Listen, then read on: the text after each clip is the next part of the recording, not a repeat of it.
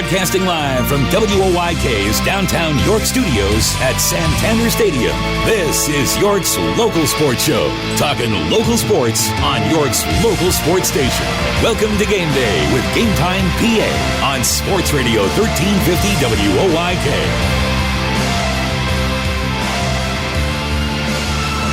Good afternoon, everybody, and welcome to another edition of Game Day with GameTimePA. I'm Steve Navarole alongside Matt Gould and Teddy Feinberg. And fellas, we're still kind of in the between season, a lot of postponements, cancellations, and whatnot. But, you know, we're here to talk some spring sports. We got a couple other things we're going to go over. And before I go on, go ahead and give your greetings to the folks. Oh, hello, everybody. I'm Matt Gould. It's nice to meet you again. I'm Teddy Feinberg. Great to be here. I'm still thawing out, so Well, today's a good day to thaw out. Actually, me and Matt were talking about it. Matt said I was really bright in my white shirt walking in here. That's true. Yeah, early high 60s. Out right now. It's beautiful. I wish it would stay this way, but it doesn't look like it's going to. You're a warm weather guy. Come on, guys. We talk about the weather when there's nothing else to talk about. Well, we're kind of there. Now, No, it is you're a warm weather guy. Believe me, Yeah, I am a warm weather guy. Something that gets worse the older I get. Folks, you're listening to us on WOYK 1350 or the WOYK mobile app, or watching us on GameTimePA.com. We're here on a live stream. Welcome. Lots of social media stuff. Follow our Facebook page, GameTimePA, our Twitter, GameTimePA_SC. Lots of ways to tune in. But before I forget, on a programming note, Sweet 16 action right after our show starts here on 1350. Always good to say Sweet 16. Wait a second. Right after the show? Yeah, I think first game is a little bit Great after games 6. tonight. So. Kentucky plays. Which Wichita State plays, and there was another great one too. Kentucky West Virginia's gonna be great. I think so too. I think I mean we had the upsets in day one, but it hasn't really changed much since then. So Huggins is 8-2 all time against Calipari. It's a crazy record. I love Huggins. Scrap iron. Scrap iron. That is crazy record though against a guy like that. So how about some game balls? There were some things that happened last week, so let's talk game balls. I almost like Matt's got a really good one. I think we should save his for the end because we want to talk about it. Okay. I'm going to give it to actually female Lauren Schmidt, Southwestern lacrosse, 6 goals, 2 assists, their 12-8 season opening win over New Oxford. So I'll throw her my game ball. Mustangs off to a good start too. I saw that they beat York Catholic, and who's been one of the perennial favorites. In girls lacrosse, them in Kennerdale. So huge wins for Southwestern early. Especially when they lost one of their top players, Braxton Redinger, who transferred over to New Oxford. They beat New Oxford the other day. I mean, I thought that team was going to be all Lauren Silver in net. And she's good. There's no doubt about it. Oh, I mean, I don't think there's much of a debate. She's probably the best goalkeeper in the league. So, but yeah, great performance early by the Mustangs. I'm going to stay with lacrosse also because that's where I began my spring sports season, if you would, Monday night at Dallastown. Cade Gold, we know him, of course, as the Wildcats quarterback last year, but how about his season was about a minute 13 old and he had 2 goals on the board already. The game That's a good way to start the year. That's a great way to start the year. The game turned defensive after that, but still led them to a 7-3 win over Redline. And those wins... Touchdown to a field goal. Yes, touchdown field goal. But the wins are a little bit different now because remember, with lacrosse only being one division, they're only playing each team within the league one time. So I think that the games in some way maybe mean a little bit more, particularly in early season one like that. So, without question. So congrats to Gold and the Wildcats. And Matt, you got a unique one for us, don't you? Yeah, the other night, Ryan Vipperman, Kennerdale pitcher, comes out, throws a complete game no-hitter. This is unbelievable. 11 walks, 10 strikeouts. His arm apparently is still attached. Yeah, it's an incredible stat line. Steve did some math on this, just bare minimum. How many pitches he threw? Bare minimum. Bare minimum, let's say. He threw way more than this. The absolute minimum he could have thrown, I figured to be 85. Minimum. Because that's 4 per walk is 44. 3 per strikeout is another 30. And then there were 11 other outs. in the game. So that's assuming one pitch outs. Well, those don't exist, especially in late March. So, I mean, that is a warhorse effort. A lot of times in the high school game, nothing happens until there's 2 strikes in the count. So, yeah, a lot of pitches thrown. They won 9-2, so, I mean, no hitter, and he gave up 2 wrong. I mean, great game. I'm not taking anything away from it. It just shows the volume of walks. Yeah, he said there were a lot of errors in the game as well. So, but... Yeah, I mean that's that's an undertaking, especially early in the year. But good. I mean, good for him. I mean, the nothing else. It doesn't matter what happens from this point out. He's going to be able to say he threw a no-hitter in high school ball. And I know Cannondale coach Bill Yaska was a little concerned about his pitching coming this season, and to get a game like that, I mean, obviously you give up 2 runs and you throw a no-hitter. Some errors came involved, So I mean, to have your pitcher be able to withstand that and keep the shutout intact. Matt actually threw a shout-out to him on Twitter, too, and it got very good response. Yes. We were enthralled with this line score the other. We were talking about it for 10 minutes at least. I mean, well, but think about this, too. With early season baseball, you're going to see errors. I mean, what's the field conditions now? There's no mucky, question. It's just, it can't be nice out there. The kids, and not just the field condition, but, they've had so little real infield practice. Mm-hmm. Because of you're in the gym, because they've been in the gym, and that's even a different ball, so they're really just getting used to a lot of things for the first time. And listen, this year is no different than last year. We had the same thing, Matt, as you remember. You were here, all the snow we had, same dilemmas, and this year it was just the extreme cold, which forced this ground to just still be thawing out. Yeah, I've got to give Spring Grove and Northeastern some props for how cleanly they played in their 5-inning game on Tuesday. Northeastern with an emphatic 14-1 statement to open the season for them. That's a great statement opening win, though. Yeah, I think Northeastern is the favorites in the York Adams League this year for baseball. I think it's really hard to. I mean, West York obviously has got the talent. They're always there. But Northeastern has some depth that I don't know if any other team can really match it. Maybe Red Line, we'll have to see. Yeah. Well, I mean, they're kind of my top 3 going in would be those 3, and but I think the pitching standpoint, you gotta, Northeastern, Reeser and Kip being back, that's pretty significant. And if you want to know more about the upcoming baseball season, go on to GameTimePA.com right now. We do have a baseball preview breaking down every division in the York Adams League. And it was written by Mr. Matthew Gould. I just want to say, I was honestly putting the schedule together throughout the week, and I just anticipated every baseball or softball game was going to be canceled. I was surprised they played games. I really was. Well, when I was in Monday, and then I had a couple days off for a procedure that was done, and let me tell you what, when I was in Monday, I was thinking, man, I just don't know how they were going to get them ready. Now, today's going to help. We finally have some warm temperatures, some sun. If we could get about a 15, 20-mile-an-hour breeze blowing, that would really storms are supposed to be rolling in later. Yeah, and that's not going to help things. But we just need warm weather. But, I mean, again, this is a movie I see a lot of springs. I just want to throw a quick shout out because I think we're about to go to commercial break. I'm sorry now to cut you off, but just some live stream action that we're going to have on our website for high school sports here the next handful of days. Tonight we have York Suburban at Central York volleyball. That's a 7 p.m. 30 p.m. start. Steve will be there. You can follow at Steve Navaroli on Twitter for live updates. Obviously, that's a great early season game. Or match, I should say.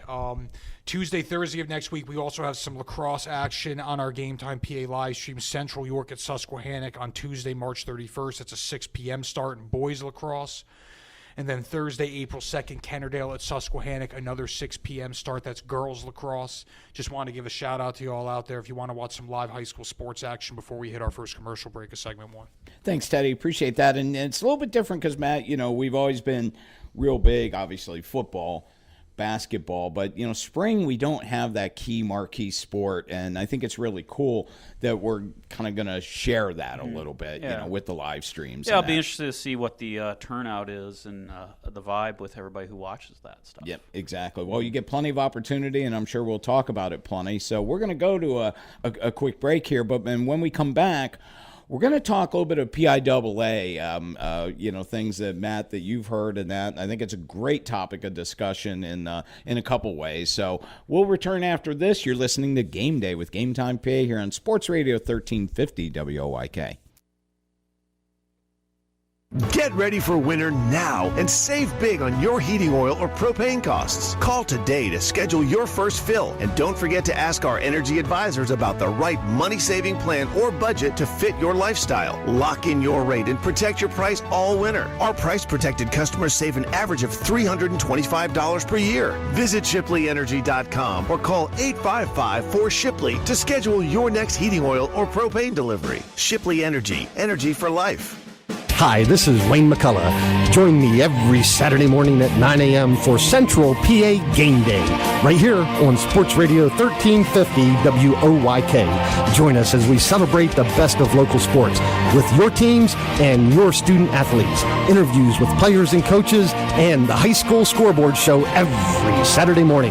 Central PA Game Day, Saturdays at 9 on Sports Radio 1350 WOYK. First in York, first in sports. Looking for something cool to do this weekend? Looking for a different kind of family fun? Come to the coolest place in town, York Ice Arena. Get on the ice with your friends for Rock and Skate, the last Friday of each month. Every Wednesday is family night with free skate rentals for the whole family. And remember, the coolest place in town is also available for the coolest birthday party in town. For party package prices and public skating times, check out YorkSkate.com. Want to learn to skate? Want to suit up and learn how to play some hockey? Come to the coolest place in town, York Ice Arena. Learn to skate programs are now available for all ages, for every skating ability. Class levels range from beginner to freestyle, where you'll learn basic jumps, spins, and footwork. And skating rental is included. Or get on the ice for York Ice Arena hockey programs. Taught by Ice Arena coaches, boys and girls can learn proper techniques for the game. Rental equipment is available. Group skating lessons and beginner hockey programs are forming now. Plus, York City residents get a 50% discount. Register today. Go to YorkSkate.com. Believe it or not, spring is coming, and we've got the bases covered like Etch with dirt during a tantrum. Join Darryl Henry and Atlantic League Manager of the Year, Mark Mason, for Revs Hot Stove Weekly, every Friday at 4. Breaking news each week with the latest player signings exclusively here first. Plus, fan interaction online, interviews with players, and we'll highlight really good calls from umpires. Maybe we should have stopped with interviews with players. Revs Hot Stove Weekly, Fridays at 4 on Sports Radio 1350 WOYK. Putting a winning team on the field starts with a good manager. Murray Securis believes the same is true when it comes to all-star health benefits. And Murray Securis Choice Benefits Marketplace just made managing that call a whole lot easier. Employers can now offer a comprehensive benefits program that controls costs and gives employees the education and resources to be active in managing their health care. Designed for employer groups of 20 or more, Choice Benefits Marketplace gives your employees the power of choice and simplifies benefits administration for employers. Contact Murray Securis or go to choicebenefitsmarketplace.com. Hi, I'm Susquehannock girls basketball coach Dave Schreiner. You're listening to Sports Radio 1350 WOYK. First in York, first in sports.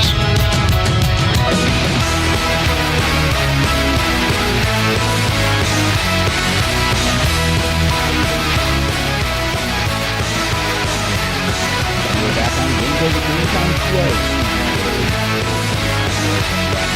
Before we go on and start talking about some of the spring stuff and that, and Matt, next segment, I want you to tell people your process for these amazing previews you've been doing for us at each season. But there's not some much to it. some PIAA rumor mill going in that, and I think it's always a good discussion. We've talked about it a couple times on the air at various times, but why don't you give me what you've heard? It's not actually rumor mill. The PIAA actually talked about it Wednesday, had at their board of directors meeting. They're in probably the middle stages of discussing expansion mainly for football from classifications 4 to 6. District 9 Representative Bob Tonkin really came up with it. And as you said before, you were telling me that this has come up in previous years. But really, I think it's still really early. The board of directors really didn't get much done from what I've been reading. Eric Epler doing a fantastic job at Penn Live covering that issue, being up there in Mechanicsburg. Mm-hmm. It sounds like just everything's still in such an early stage, and we were talking about this. We both agree. I think it would be a good thing, but there's some question as to whether it's really going to happen. Yeah, well, I mean, number one, I feel personally it would be a great thing. I know everybody says about the watered down effect, but 4-6 to me is no different. But it would get that season going and get that season over a little bit quicker. High school football should not be going to the second week of December. Well, I think one of the problems is they don't start stuff early enough. Football practice should begin the first week of August. They should not be waiting until the middle of August or the second week or after the first week. I mean, like as everybody knows here, I grew up playing football in Ohio. I knew one thing: all my plans had to be done by the middle of July for 2 weeks of conditioning and be ready for 3 days, August 1st. Yeah, I honestly, not that I've had a wealth of experience covering football in a ton of states, but in my previous stops, they've all started the first week of August. Practices. And I think that has as much to do with the slowdown effect of how long the season goes as much as anything. Well, Teddy, let me ask you. You mentioned previous stops. I mean, one of yours was New Mexico, which would be considered an even warmer weather state than Pennsylvania and Ohio. I mean, that's the first thing I think people hear. Think August 1st, it's still so hot.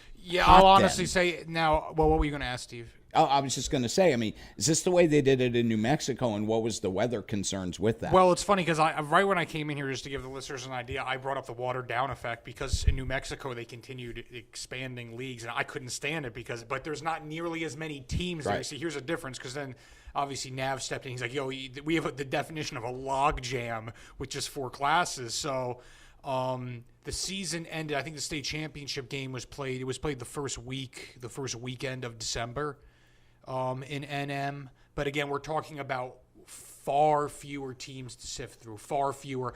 Again, with more classes here, as I'm learning about this topic as I go along, as you said, it would logically, things would all push up then, you would think, because the playoffs wouldn't be as long. Yeah, I mean, to give you an idea, I mean, I was just talking to a area coach about this. When I played back in the mid-'90s, we had 6 classifications in Ohio. Right. Back then, the big thing was actually the regions, which were code for, I guess, district. The verbiage is a little different there, but each district was probably about 20 to 30 schools, 6 classifications. My first 2 years of high school, only the top 4 made it to the postseason. Then they expanded it to 8. So, I mean, that's a lot different than 16 or 8 that we have here. I just want to say this, not because this is a Pennsylvania show, but this brings it into context, actually. This is kind of funny. So there's barely even a million people live in New Mexico. There's actually 6 classifications there. Yeah. Now, that's way too many. That should be 4. It should be 4 in New Mexico, but this is a way bigger state. Like, there's way more people that live in it. Yes. So that actually puts it in an interesting context. Oh, no, there's no doubt. Connecticut has 8. Yes. Think of Connecticut compared to Pennsylvania.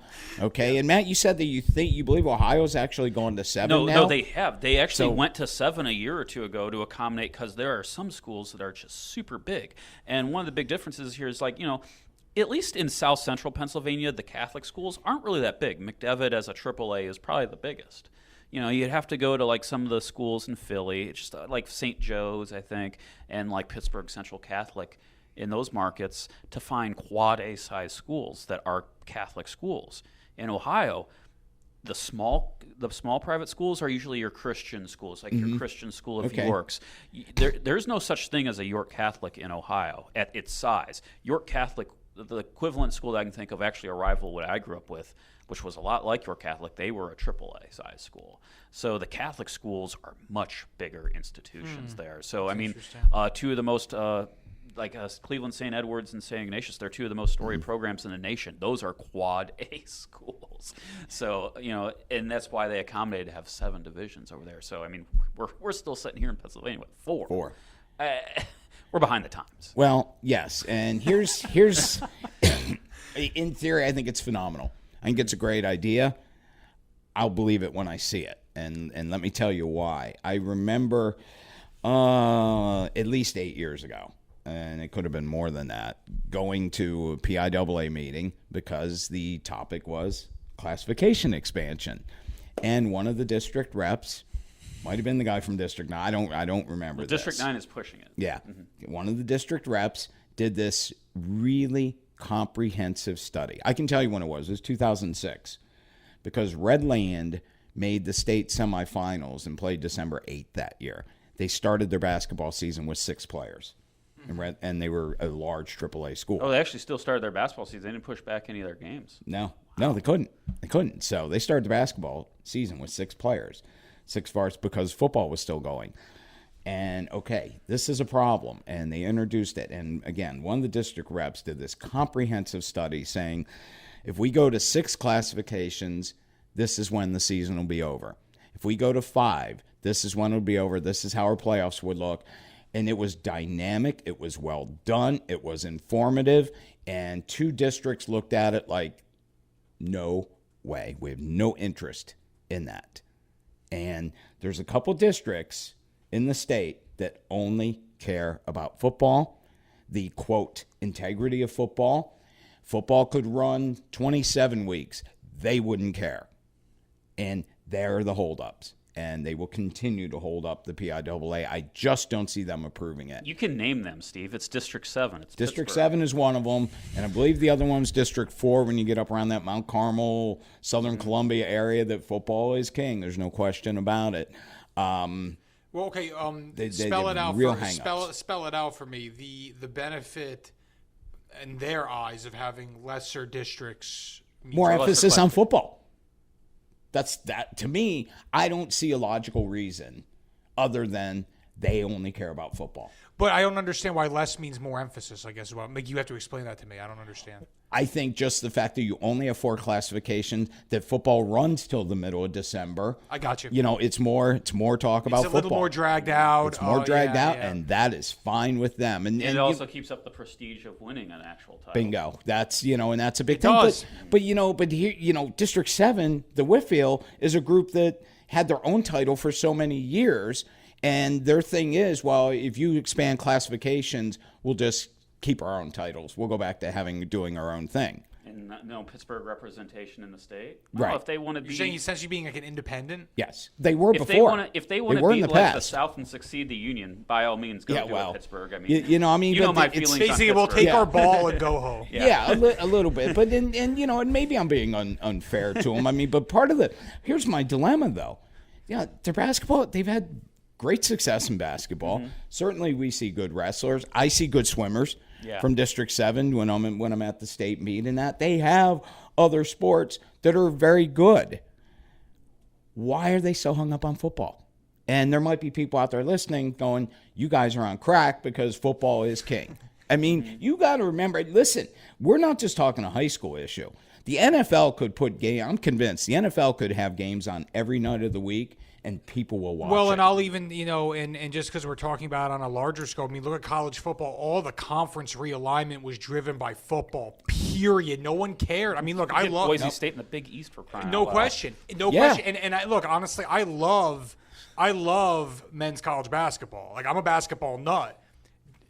At the University of Kansas, like, their football program isn't good. Like, if that conference got broken up, like, they would be in trouble. Like, it is a football world, right? It's our national pastime right now. Well, there's no ifs, ands, or buts about it. And I think that it has a huge trickle-down effect. And listen, there's no knock for the football coaches out there that could be listening and watching, although a lot of the coaches I know, they want their kids doing other sports.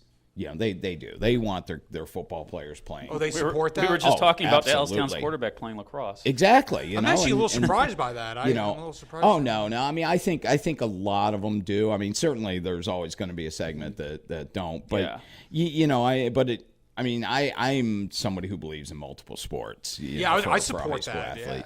I mean, from my perspective, I think the number one reason why I'm in favor, at least here, of having more classifications is if we can get it a little more even for each classification. I have a big problem with the fact that we have 16 teams making the postseason in districts for Quad A. For AAA, then you have 8 for AA, which I'm okay with. I think 8 is a good number. It's a great number for AA. But in single A, to have just 4 teams in a postseason, I think that's a joke. Yeah. I think you really have to re-examine how things are. I mean, there's a reason why. I did a story this year on Northeastern's basketball program, boys basketball team, having to move up to Quad A. The reason why? They keep the numbers even, so you have a pretty good even number of teams in each classification. But in single A football, that's a problem. Well, it is, and part of that, the issue, like for Northeastern, and as Dover's fallen under that too with basketball. Again, all those small private schools, the basketball houses that come in at the single A level, basically pushes everybody with more enrollment up, and that becomes a problem. I think, come on. When those are the schools that should be moving up. And those, in many ways, are the schools that should be moving up. And which is a whole other topic of discussion. But let's just look at the state championships of last weekend, with District 12 won half of them. Yeah. I think that's actually fitting that District 12 swept the boys' titles last weekend. I mean, the talent is in Philadelphia. Oh no, there's no doubt. Just, I think there is more of an issue of where that talent is located in Philadelphia, that they're going to these. But that's the other thing too, is there's not as many public schools. Charter schools are really kind of like the thing over there. Well, and you know what? If it's charter schools based on wanting education, I'm okay with it. I'm going to go out on a limb and say some of them, not all. Some of these are charter schools based on having good basketball teams. Mm-hmm. That's not what it's all about. That is not high school sports. And, and I think that to me, that goes against everything that we sit here and talk about every week. Mm-hmm. Well, you also teach, I think you kind of teach that whole, how I had a big problem with LeBron going to Miami, because it's that AAU attitude of let's build a super team, you know, and that's kind of like the sense you get, whether it's, I guess you just get it a little bit in AAU, but in really with these charter schools, you get that a lot. Yeah, and again, it's one thing if you are doing that in the AAU sense, it's over the summer, you can name a lot of reasons, but we're talking your education. Yeah, and you and I think we're in agreement on this. The last 2 years, looking at Impact Academy and New Hope, they won the single A titles. They could have been competing at the double A level. I think that would have been a little more fair. I think so. No, I think that's a good point. Yeah. And to their credit, they scheduled hard, which prepared them for especially this year. That's why they were so good in the single A brackets, because they played those bigger schools. Yep. Again, agreed. But I think had things continued, they would have trouble getting those kind of hard games, because who wants to play a single A team that can beat you?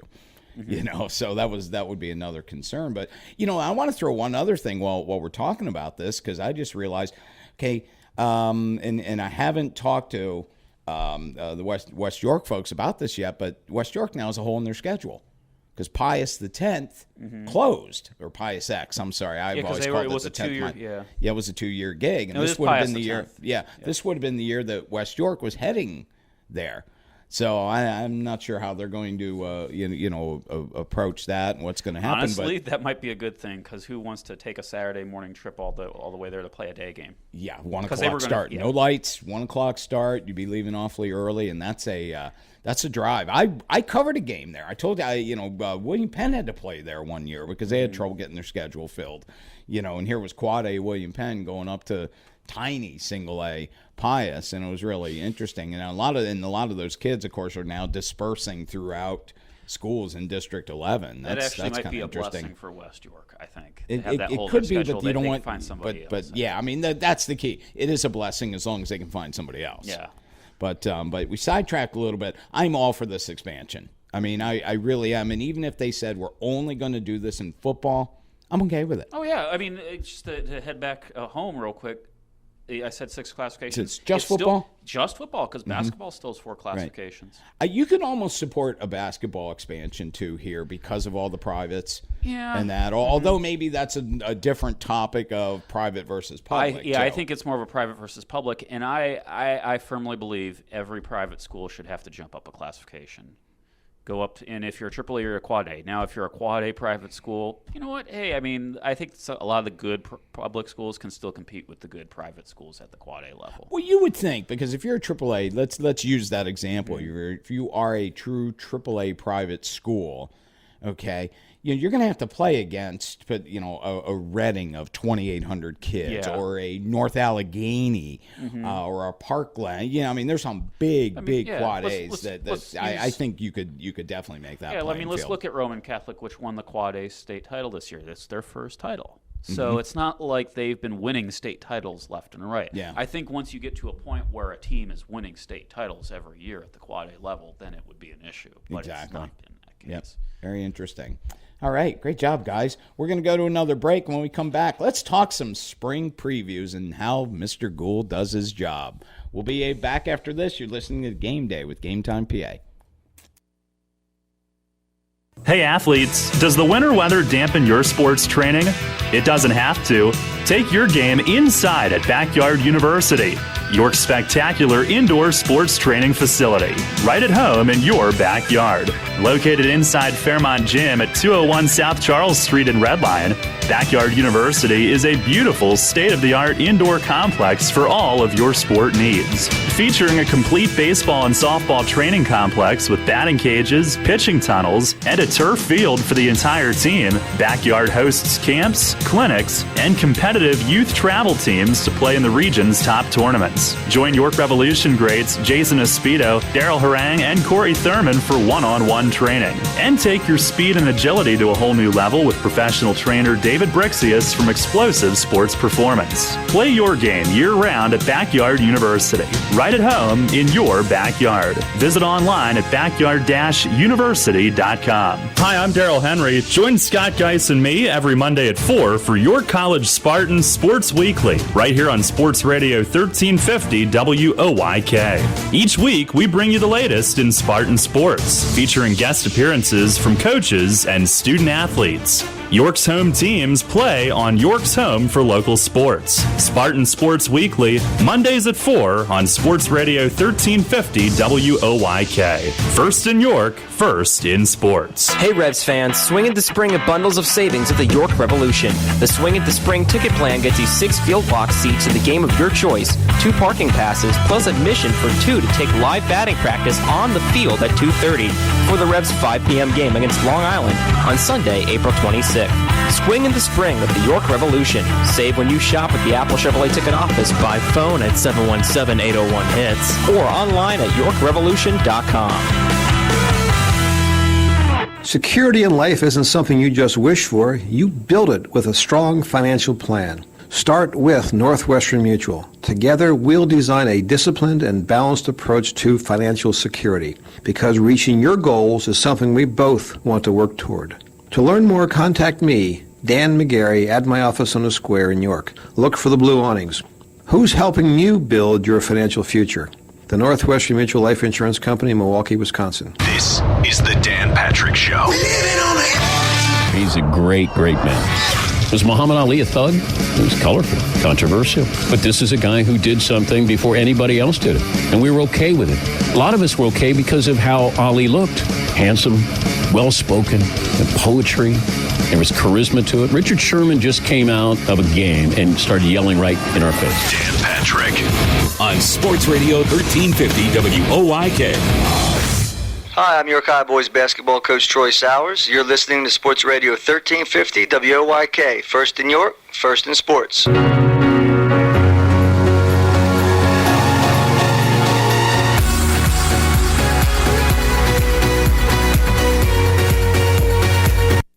And we're back on Game Day with GameTimePA. Rolly Teddy. Also available on GameTimePA.com, where you can actually see Matt and Teddy's pretty faces on our live stream and listen at the same time. So, lots of ways to get our information out there. Face on there, you notice that? It's not a pretty face, it's an old one. So, but you take what you get. And before I forget, guys, you got to indulge me here, because speaking of old, she's not old. My poor wife. I said I had this procedure done on Tuesday. Well, ironically, Tuesday also happened to be my wife's 50th birthday. And here we have to get up at 5:30 in the morning so she can drive me down to GBMC to have this procedure done to stretch out my throat. And then, and it was quick. We were done. But, of course, I can't drive. I've had anesthesia. And we were home by 11:30. But now, because it's my throat, I can't eat anything, so it's not like I could take her out for a nice birthday dinner. She should have gotten the game ball. Well, you know what? You're right. That's a great call. She should have got my game ball. So, honey, Gail, well done. Not that she's listening, but well done. Well done. Anyhow, treats to her. But I think we're going to make up for it because I'm taking this weekend off.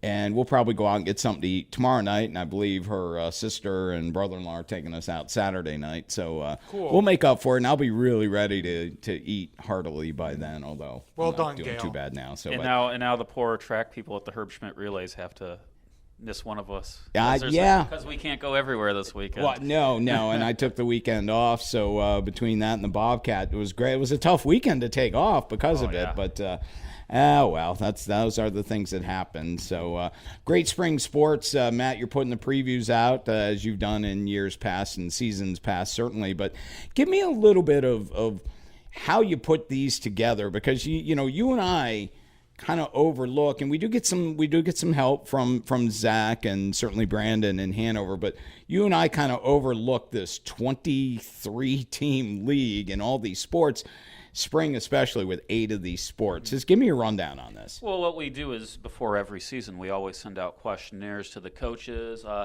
ask them for a couple of little things, obviously contact information, but just a little bit on who's back, their opinions on the league this year going into the year. And admittedly, we especially need this for the spring sports season. I mean, you know how much of a basketball junkie I am. And I'm with swimming, when it gets time for spring sports season, I mean, I can't make heads or tails of what's going on and what's coming back outside of volleyball and track. Well, and I actually, being again relatively new here, I actually really like your questionnaire thing. I think it's been very effective. Yeah, so I usually take those, and you know what, if I'm not going to just ask these questionnaires and not do anything with them constructive, so I usually take most, I'm not going to take them just for my personal knowledge for to get ready for game coverage and things of that nature. So we take them and put together previews. Obviously with football, everybody does a story on each team, but we usually do like a little bit of previews on each sport in a similar fashion. Andy sends out the ones for wrestling. Obviously, you see the basketball ones in the basketball preview. Well, and of course, there was the spring sports tab, too. I mean, there's been preview content. Right. This is more of a real individual, overarching look at the league. So you get an idea of who's back, what's going on. I mean, we do in the preview, the tab preview, we do lists like returning All-Stars, but I don't think you really get a good idea of what that actually means for the teams, you know. So, like, for example, we had a baseball preview in today's paper, and it's on Game Time, and you can read about basically a division-by-division breakdown, highlight a couple of key dates at the end, give a preseason top 5, players to watch, what position they're at, and things of that nature. So, a little light reading that can get you ready for the season. Well, I think sometimes, too, what you get are differences, and a good example is some of the softball information I was throwing your way last night. But a good example would be, at Central, where Taylor Rohrball, of course, graduated, terrific 4-year starter, 3.5-year starter on the mound, and with Taylor graduating, but Kayla Resch, who's been a 3-year starter in the outfield and she's pitched left from field. Time to time. She's pitched from time to time. Well, she, of course, now takes over as a full-time, but there's a position change that maybe somebody might not necessarily be aware of, and that's where getting these questionnaires really helps, because then and sometimes for me, and Matt just said it, Kayla Resch has pitched from time to time. Well, I might forget that from one year to the other if she wasn't the primary pitcher. Well, now if Coach Walker from Central sends me a questionnaire and says Kayla will likely get the bulk of our innings, that's right. And now you say, okay, that's so. Well, the point is, this is much a refresher for you guys. Oh yeah, big time. Well, yeah, because I even said to Steve last night, I was like, I think Maddie Shockey's back for Susquehannock, and Steve was like, I don't know, and I did some digging and found out, she is back. Had to double check. Have to mention her, yeah. Well, and I run in. I got to admit too, I run into this from covering so many sports for so many years. Is I'll think somebody's back, and it's like, no, that's a sibling. Yeah. Or that Shockey's a great example. Shockey's the perfect. That's what made me think of this talking point was right when you mentioned Shockey, because we went through the sibling already. It's like wait a minute, has she been on the 6-year plan or whatever? No, there's been more than one of them type thing. And I think in there again, another thing we're able to pick up from from this, and sometimes it's good, and it's kind of cool to see what the coaches think of. Who they would rank. And it's funny how a lot of coaches will never pick themselves. Oh, I can think of a few examples. Oh, there's a ton of them. There was one where I was like, I think this is the favorite, but this coach put down this team, and I think that had a direct impact on the preseason top 5 that I ran by you yesterday. Yeah. And you're like, oh, no, that's way off. Yeah, I said, that was – there's not a lot – listen, Teddy, and Matt is so in tune with everything. He does an amazing job with this. But there are a couple sports that I feel I can inject and say, no, Matt, I think you want to go this way. Softball would probably be one of them. Softball's a funny – yeah, we actually have encouraged that. Softball's a funny animal because when I came here, I was really big on covering softball in the spring in Ohio because it's an excellent sport there. I got to see 2 state titles, go back 4 classifications again. Always had 2 teams in the state tournament, in the state finals from my coverage area every year. And so I really enjoyed covering softball. And when I finally got to cover stuff here, Steve slammed that door on me. Boy, Steve has to be off for me to go cover a softball game. I got to cover the door on you. I got to cover Central and Susquehannock softball last year. The only reason why Steve was off that day. I got to cover the league final between Dallastown and Susquehannock last year because Steve was off. Yeah, I remember one of the first shows we did. Someone asked Steve, his favorite sport to cover. And there were a handful, there were like probably 2 or 3. He mentioned softball being one of them, and I was like, "Oh, that's really interesting." I wasn't anticipating that answer. Well, in a lot of it, and certainly I covered, but I can go back to 2005.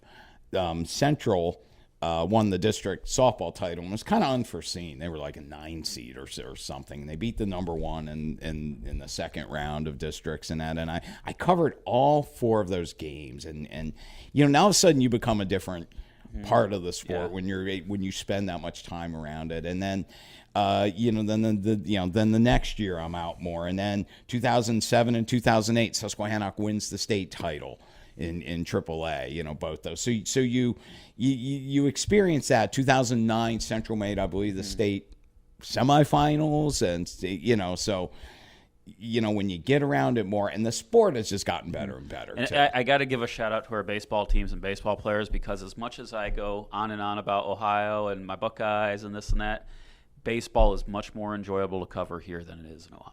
Is there anything tangible you're saying that? No, I think I enjoy it more. Okay. I can't really explain it. West York's run the last couple years helped. Northeastern's a fun team to cover too, but I got to cover a couple kids. It's kind of ironic, or not ironic. It's a funny coincidence. Eric Hartman from York Catholic, he's going to Kentucky. Yep.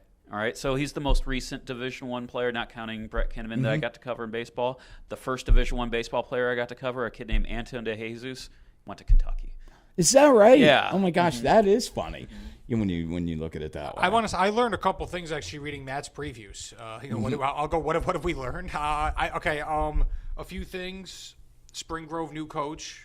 So somewhat of a wild card there. Obviously we're not going to judge them on their seat on that loss in Northeastern so early in the year, but Central York, could they be nipping at their heels a little bit? Is that? Well, I think the favorite is Red Lion. Dallastown's a real big question mark because they lost Robert Catchings to graduation, and was he the catalyst to that team? Leadoff hitter, center field, roam the outfield. Yeah. I think there's a lot of hidden runs that Dallastown's not going to have this year because they don't have him in the lineup and on defense. Right. Yeah. Although Division II seems like, or is it? I'm sorry, D2 seems like a good race. It seems like a very intriguing race. Yeah, it's going to be really interesting to see because Northeastern I think's favorite, and it's funny. That's a perfect example of a coach not putting himself out there. Is Roger Serwinski quick to say Northeastern's the favorite, even though he's got a team that's got a North Carolina State bound player, and they've been the 2 state title games, won 2 state titles. He's got a you got to push those motivational Logan Stover there, who has played since he was a freshman. He's got to push those motivational buttons somehow. Susquehannock's going to be interesting because they graduate their ace pitcher Josh Hauser, and he could be dominating too. They've got a nice left side of the infield with they've got Connor Hood back, who's going to Seton Hall, at shortstop. He's only a junior, I think. He's a nice player. They got Coney Dennis back. And Susquehannock has traditionally been a good team. And they also lost Sammy Miller and Brian Kerr too. Yeah, no, that's some speed missing in that lineup because Miller could fly and Kerr could run well. I get the sense that defensively they'll be fine, but I wonder, what's going to happen offensively. I think so. One thing about them is, Tim Hare, who of course played there. He's a tough fundamental guy. Last year they were kind of having their way. I think they were 12-1, And I was down there covering a track meet, and he didn't like the way they were practicing, and he was letting them know it, you know, because you got to walk by their baseball field to get back to where their track is. And it was really funny because I'm like, wow, they're 12-1, but that's in part why. Mm-hmm. You know, when he was able he to, holds him accountable. He holds him accountable, absolutely, and was asking him, where do you want your season to go from here, type thing. So I think that you know is pretty interesting too. I feel like we should quickly outline each sport because I could imagine somebody might be listening to me like, hey, when's this sport coming out, or when can I look for this one? Yes, good idea. Tennis came out already, so that's on Game Time. You can find that there. Both boys and girls lacrosse are out. Baseball was in today's paper, and that's on Game Time. Tomorrow, the softball preview will be in the paper. It should be posted tonight. Just to give you an idea of the way the newspaper operation runs, we usually post stuff on Game Time the night before, so softball will probably be up momentarily, I bet. I would think so. And then on Saturday, or actually on Friday, track previews will go up. They'll be in the paper on Saturday. And then on Saturday, the volleyball preview should be posted while we're out doing the Bobcat, and that'll be in the Sunday paper. Doing the Bobcat, covering the now number 1 ranked Northeastern Bobcats. Not that should surprise anybody. And Sagertown will be back for some more, it looks like, on Saturday. I said to Matt, Matt was, when they went to Sagertown and won their 3-set match, swept them, all pretty good scores. And I actually talked to Coach Wilson, called him up, and then he said, well, we're playing a tournament. We stayed overnight. We're playing a tournament out here. Yeah. And then they turn around and they beat Sagertown 25-14 in the final. And I mentioned to Matt about, Sagertown licking their wounds, and Matt said, no, those are just open gouges or something to that effect. Those gashes aren't going to be, they're going to take a while to, I mean, they might as well be amputated from those wounds. Yeah. But that's how good the Bobcats are this year. And I'm excited tonight to go see Central, the defending AAA state champs. And I'd like I know you they to got run plenty by coming back. So Coach Livingston, what you or I were arguing last year at the state title game. No, I'm not going to do that because Brad will be like, there you are rooting for Northeastern again. No. In case you're wondering, Steve and I had the longest debate. Just Sprinkle can verify this. After Northeastern had, won the state title, so did Central. Now Central had beaten Northeastern twice last season. They beat them in the league title game handily. Yeah, too. And so after both teams win their state title, Steve says to me, I think Northeastern would beat Central if they got on the court and played again tonight. I think And I emphatically disagree with Steve because Central was a machine unlike any other team. They were, but from the beginning of the district tournament, one team did not lose one game throughout the run, and that was Northeastern. Central lost a game in the district final match to CD. They were also a AAA school. They're playing in the bigger competition. They were playing much better competition. No, CD. But you know what? They were. Are you saying Northeastern would have swept the AAA teams? Absolutely. Too? There's no question about that fact. I think you're getting a taste of the conversation we had last year. We should dedicate a segment to this. Yeah, no, they would. They would have. Only because I just think they were playing at an unbelievable level. Not the Central. Central. I know that. But my point is, now, how unbelievable was Central playing to sweep Northeastern? Tell me about it. It was incredible. I mean, beat them in 4, I should say. I think it was 4 in the league title game, if I remember right. No, it was a sweep. It was? Yeah. No, they swept them. Okay. I mean, no, they were. Listen, Central was legitimately, the best team, but I think Northeastern was playing better the weekend of the state tournament. And that's not taking away from Central. It's just propping the Bobcats. Steve and I are not going to agree on this ever. We'll probably be arguing about this when we're in the old folks' home. I would imagine. Or when I'm visiting Steve in the old folks' home. I'm sorry. That was coming. I knew that was coming. All right, that's it. We're going to break after that one, Ghoul. Well done. Well played. Folks, we'll be back after this. You're listening to Game Day with GameTimePA here on Sports Radio 1350. Turning a double play takes teamwork, and so does preparing for life's challenges. Murray Securus works with you, hand in hand, providing thoughtful solutions to help you plan for the future. Team up with Murray Securus for safer, more secure risk management, personal insurance, health benefits, wealth management, even cutting-edge human resource solutions for individuals and small to large businesses. Living life in a winning way just takes a little teamwork. Call Murray Securus today at 397-9600 or go to murrayins.com. Under center with McNabb and Malone. You cannot win a Super Bowl with that kind of defense. Offensively, we know what they're capable of doing, but they didn't run the football extremely well. But you got to remember, this offense from Chicago, Matt Forte, it all starts with the running game with Matt Forte, and then it goes to what do you decide to do with Jay Cutler? Because he's the Tony Romo of the Midwest. Just stay patient because it's going to happen. Under center, 3 p.m. Eastern, noon Pacific on NBC Sports Radio. Sports Radio 1350 WOYK honors the Shipley Energy Student Athlete of the Week. This week's Shipley Energy Boys Student Athlete of the Week is Matt Spinello of York Suburban Swimming. He earned a silver medal in the PIAA Class AA 100 fly of a time of 51 seconds and 37 hundredths of a second. Spinello was also a member of the Trojans 200-3 relay team that won a bronze medal of a time of 1 minute, 28 seconds, and 92 hundredths of a second. He won a bronze with the same relay team in a 400 free relay with a time of 3 minutes, 17 seconds, and 44 hundredths of a second. And this week's Shipley Energy Girls Student Athlete of the Week is Erica Sarver of West York Diving. The sophomore took home the bronze medal in the PIAA Class AA Diving Championships with a score of 411.20. For Sports Radio 1350 WOYK, I'm Ray Jensen. Get your home ready for fall and winter and sign up for the Shipley Energy Protection Plan. For more information, visit shipleyenergy.com. In the midst of the long, harsh Pennsylvania winter, anticipation is building. An undeniable excitement born from the knowledge that each passing day brings us closer to a new beginning. One day closer to making a statement, closer to writing a new chapter in the York Revolution's history. As we count down to April 24th, we're reminded that each day brings us closer to the start of something special. Sports Radio 1350 WOYK. Hi, I'm West York boys basketball coach Bill Ackerman. You're listening to Sports Radio 1350 WOYK. First in York, first in sports.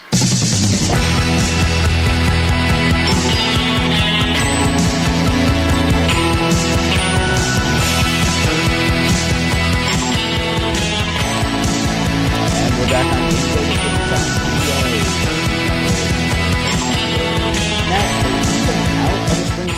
Yeah, actually, I started my week the same way I'm going to finish it, and that's with a trip to Northeastern. Saw Northeastern Spring Grove. As I guess beatdown was really felt like at the end of the. It was a beatdown in the fourth inning, really. I mean, it was actually a competitive game up until that point. I thought 14-1 Northeastern over Spring Grove, and heading back for volleyball tomorrow on Saturday. Well, yeah, I mean, but I guess I didn't ask my question properly. I meant to ask out. So you were obviously outside.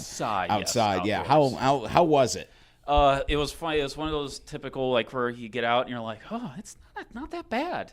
And then 3 innings later. Yeah, 4 innings later, as Northeastern is piling on like 6 runs, 7 runs, now 8 runs without registering an out. I'm like, please get to the mercy rule. I'm freezing. It's funny because it sounds exactly like the first baseball game I covered last season was York Catholic down at Susquehannock. 2 decent teams, and let me tell you what, by the 4th inning, I'm like, okay, this could keep going anytime. The nice thing that didn't happen on Tuesday, which usually happens the first few weeks of spring sports, which is what I absolutely loathe, is freezer burn. It's like I get sunburnt, yet it's cold out. Yeah. I hate that. And that did not happen on Tuesday. I'm pleased to report. That rather pale skin didn't have anything bad happen to it. That's good. So I'm going to ease it in to get a tan and stuff. There you go. Now, I Monday night, as I said, it was pretty chilly at Dallastown Monday night. Now, it was 7 o'clock start, on the turf and that. And I was dressed well. Fortunately, I was layered up good. I was prepared to the point that I even added layers in the car before I went into the stadium. So always good for me, except for, that area of your face that's exposed. I mean, I was stocking cap, glove, except for the glove I was taking pictures with. So a little bit of challenge. I tell you what, Coach Phil Bates from Dallastown brought it up, about even lacrosse hadn't gotten outside for a ton of practices going in, and I think that the play, considering, wasn't bad. I don't know that the offenses were, as in sync. Certainly they were going to miss some passes and that, but boy, that's a team that can play some defense, though. I mean, they are really, really tough, and of course they, Addison Quono is, no, he's hurt. Oh, really? He's not playing. Breaking news! You heard it here first. Yep. Yeah. So he's hoping. Seriously hurt? Well, they're hoping he gets back toward the end of the year. He's going to be out for a little bit. Amazing. And he's very good on their defense there, and they're also missing Bailey Haynes, who scored more than 50 goals for them last year. They're still my pick, and I mean they just look. They're so sound defensively, and let me tell you what, Jack Marks is an outstanding goalkeeper, and he had a bunch of saves, and I liked what I saw of Redline. I think that's a team you better watch out for because they're going to get their offense. I always wonder about West York because this is the end of that 3-year run they've had with Hunter Betts and Devin Rome, two of their talented attackers, and. That's a team that it seems like they beat everybody in the regular season, then they have a postseason slip up. That's a team that'll be interesting to watch this year, I think, too. Yeah, because what they've done, I mean, a couple of years ago, you had Clayton Garman, who scored a lot of goals for them in that, and also a terrific hockey player, in fact, one of the best I've seen in the area in some time, and he was player of the year in boys lacrosse that year, and then he graduated, and they didn't look any worse for wear because of it. So now we'll see. And you mentioned that 3-year effect. Yeah. More graduation. More kids in that. And then Susquehannock, they enjoyed a renaissance last year, and they were one of those first lacrosse programs around here to really get going, and they had a lot of success last season. And I just saw they're beating Southwestern 7-1, and they've got a lot of talent back too. Yeah, and I think this should be a year that boys lacrosse, I think collectively takes a step up. I'm not going to sit here and say that one of these York Adams teams is going to vie for a district title and that. There's just too much history, particularly in the LL. Oh yeah. In the boys game, but I don't know that those games are going to quite be as one-sided as they've been in the playoffs. I think we're still at that stage where. On the girls' side, you have either Kennerdale or Susquehannock get to like a district final against Manheim Township or something like that. And I think that's what we're still looking at. Then the question is what happens because, man, that Kennerdale team 2 years ago had a really legit shot beating Township. That was a good game. Oh, yeah. You were there for that. And that was kind of the closest that any of the local teams have been to lacrosse championships. And that'll be an interesting team, too, because, they have Morgan Day back on the girls' side and Lindsay Duty back from her ACL tear. They've got some holes in their lineup. I think Susquehannock is a little more of the more solid all-around team right now going into the season. You know what? Something tells me they'll get them filled in now. I mean, they have had the one. They had the freshman who emerged last year, who's like their third best player now. Yeah, I mean, she filled in when Duty went out, and she looked really good. And I apologize, the name is just escaping me right now. So I have to go on Game Time and double check it. I know she's listed on the preview. And again, I just don't know that. I think it's Driscoll, if I remember right. That sounds right. Well done, Matt. That does sound right. And she Driscoll, was, maybe? Yep, Emily Driscoll, and she was really good in that. And you know what? Listen, they graduated Nicole Black, who was potentially one of the best the area's ever had, and they didn't lose anything last year. I mean, so a lot of good lacrosse being played. And with that, let's go to the 5 o'clock break. When we come back, Ted, you'll have some stuff for me, I guess. I'll have some things. All right. Look forward to that. Folks, you're listening to Game Day with GameTimePA. Return for hour number 2 after these messages. This is a Radio PA News Update. The latest poll out of Franklin and Marshall College in Lancaster shows support for the key elements of Governor Tom Wolf's budget proposal, though the numbers aren't quite there for the governor himself, as Rachel McDevitt reports. 59% of the voters polled support Governor Wolf's budget plan, and 27% have ranked funding education as their top priority. But only 38% of voters think Pennsylvania's chief executive is doing an excellent or good job. Director of the F&M College poll, Dr. Terry Madonna, says the governor's rating fate lies in what he can get done. What the voters think of the kind of job he's doing is intimately connected with his ability to be effective, to provide leadership, to get his agenda through the legislature, and to do it in a way that voters largely respond to. Less than half of voters, 39%, think the Commonwealth is on the right track, but that's still the highest percentage since 2010. I'm Rachel McDevitt. West Virginia authorities have captured a western Pennsylvania man and murder suspect who escaped from a psychiatric hospital. 30-year-old Rocco Zaccaro of Burgettstown, Washington County was found late last night hiding in tall grass near a natural gas facility. Zaccaro was at the hospital for a psychological evaluation. During state budget hearings, Acting Human Services Secretary Ted Dallas told lawmakers that they need to do the right thing for all the people they serve. Case in point, Medicaid expansion. We need to look at ways to pay for quality. Right now, Medicaid focuses too much on paying for services rendered. Until we start making that shift to paying for outcomes and paying for quality and making people well as opposed to merely running tests or providing certain services, we'll never have enough money to provide all the services that we need. And Philadelphia Mayor Michael Nutter was among the mayors and business owners meeting yesterday with President Obama to highlight his administration's trade policies. Some of those policies face opposition from fellow Democrats, including an agreement easing trade barriers among 12 Pacific Rim nations. I'm David Payne, and you're up to date from Radio PA.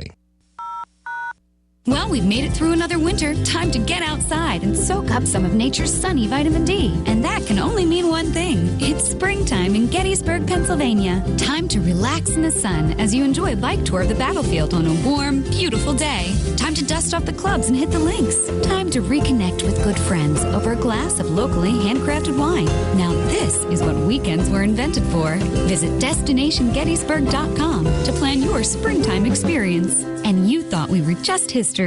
Go Hunt PA to enjoy the outdoors, to be with family and friends, or to put food on the table. Whatever the reason, the Pennsylvania Game Commission invites you to Go Hunt PA. Log on to GoHuntPA.org to find information on wildlife, hunting, licensing, and much more. While you're there, subscribe to their email service to get all the latest news, like informing hunters that the Game Commission now offers an entirely online hunter-trapper education course for people 16 and older. Go Hunt PA. Visit GoHuntPA.org. First in York, first in sports. Your only local sports station. The new Sports Radio 1350, WOYK, York, Pennsylvania. Germanwings jetliner crashed on purpose. When investigators opened the audio in the Airbus's black box, it opened a Pandora's box of questions. Why did co-pilot Andreas Lubitz lock the pilot out of the cabin? And correspondent Steve Kastenbaum has the latest on the plane's controls. The focus now is on a knob that is used to control the ascent and descent of the aircraft. Investigators say it was deliberately set to put the airplane into a descent. Given where the knob is in this particular cockpit, airline safety analysts say it's highly unlikely that it was adjusted accidentally or by a passed-out crew member. Through an interpreter, we hear Marseille prosecutor Brice Robin, who refuses to call this a suicide. When you're responsible for 150 people behind you, I don't call that a suicide. CEO Carsten Spohr's first comment: we at Lufthansa are speechless. Officials say death for those passengers was instantaneous. 3 Americans, 150 in all. I'm Evan Haining. Hey, it's Flo, and this is my impression of a coach giving the ultimate pep talk. Listen, the proper technique is going to Progressive.com so you can see Progressive's direct rate with our competitors' rates, even if we're not the lowest, like we practiced. And remember, no matter what happens, the important thing is to try and save some money out there. Thanks, Coach. Man, I love this job. Compare rates and save at Progressive.com. Progressive Casualty Insurance Company. Comparison rates not available in all states or situations. If you have Medicare Part D, Walgreens can put you at the corner of switching your prescriptions and saving some money. That's because Walgreens makes it easy to switch and save with copays as low as $0 on select Medicare Part D plans. Just bring us your prescriptions and we'll do the rest. Switch to save even more today. Walgreens, at the corner of happy and healthy. Applies to Tier 1 generics for select plans. Hi, I'm Central York boys basketball coach Kevin Sheeler. You're listening to Sports Radio 1350 WOYK, first in York, first in sports.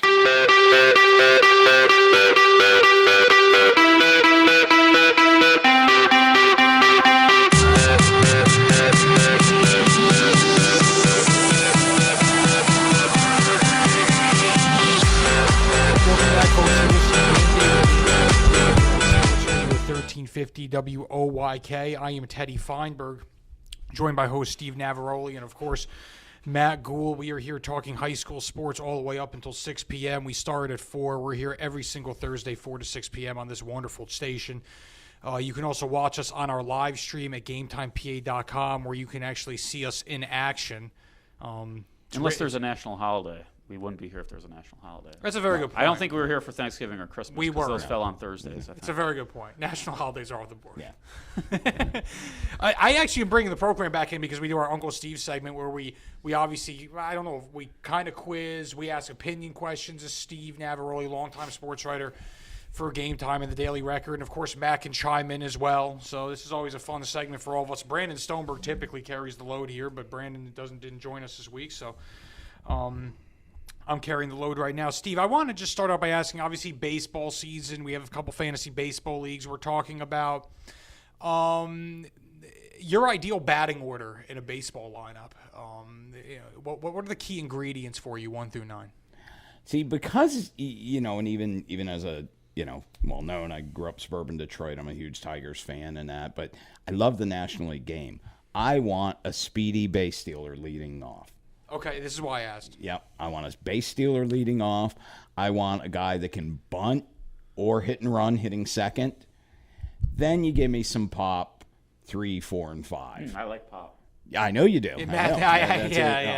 But I'm not one for, the power game. I mean, yeah, it's, sure, when you're watching your team win and they hit dingers, is that exciting? Yeah.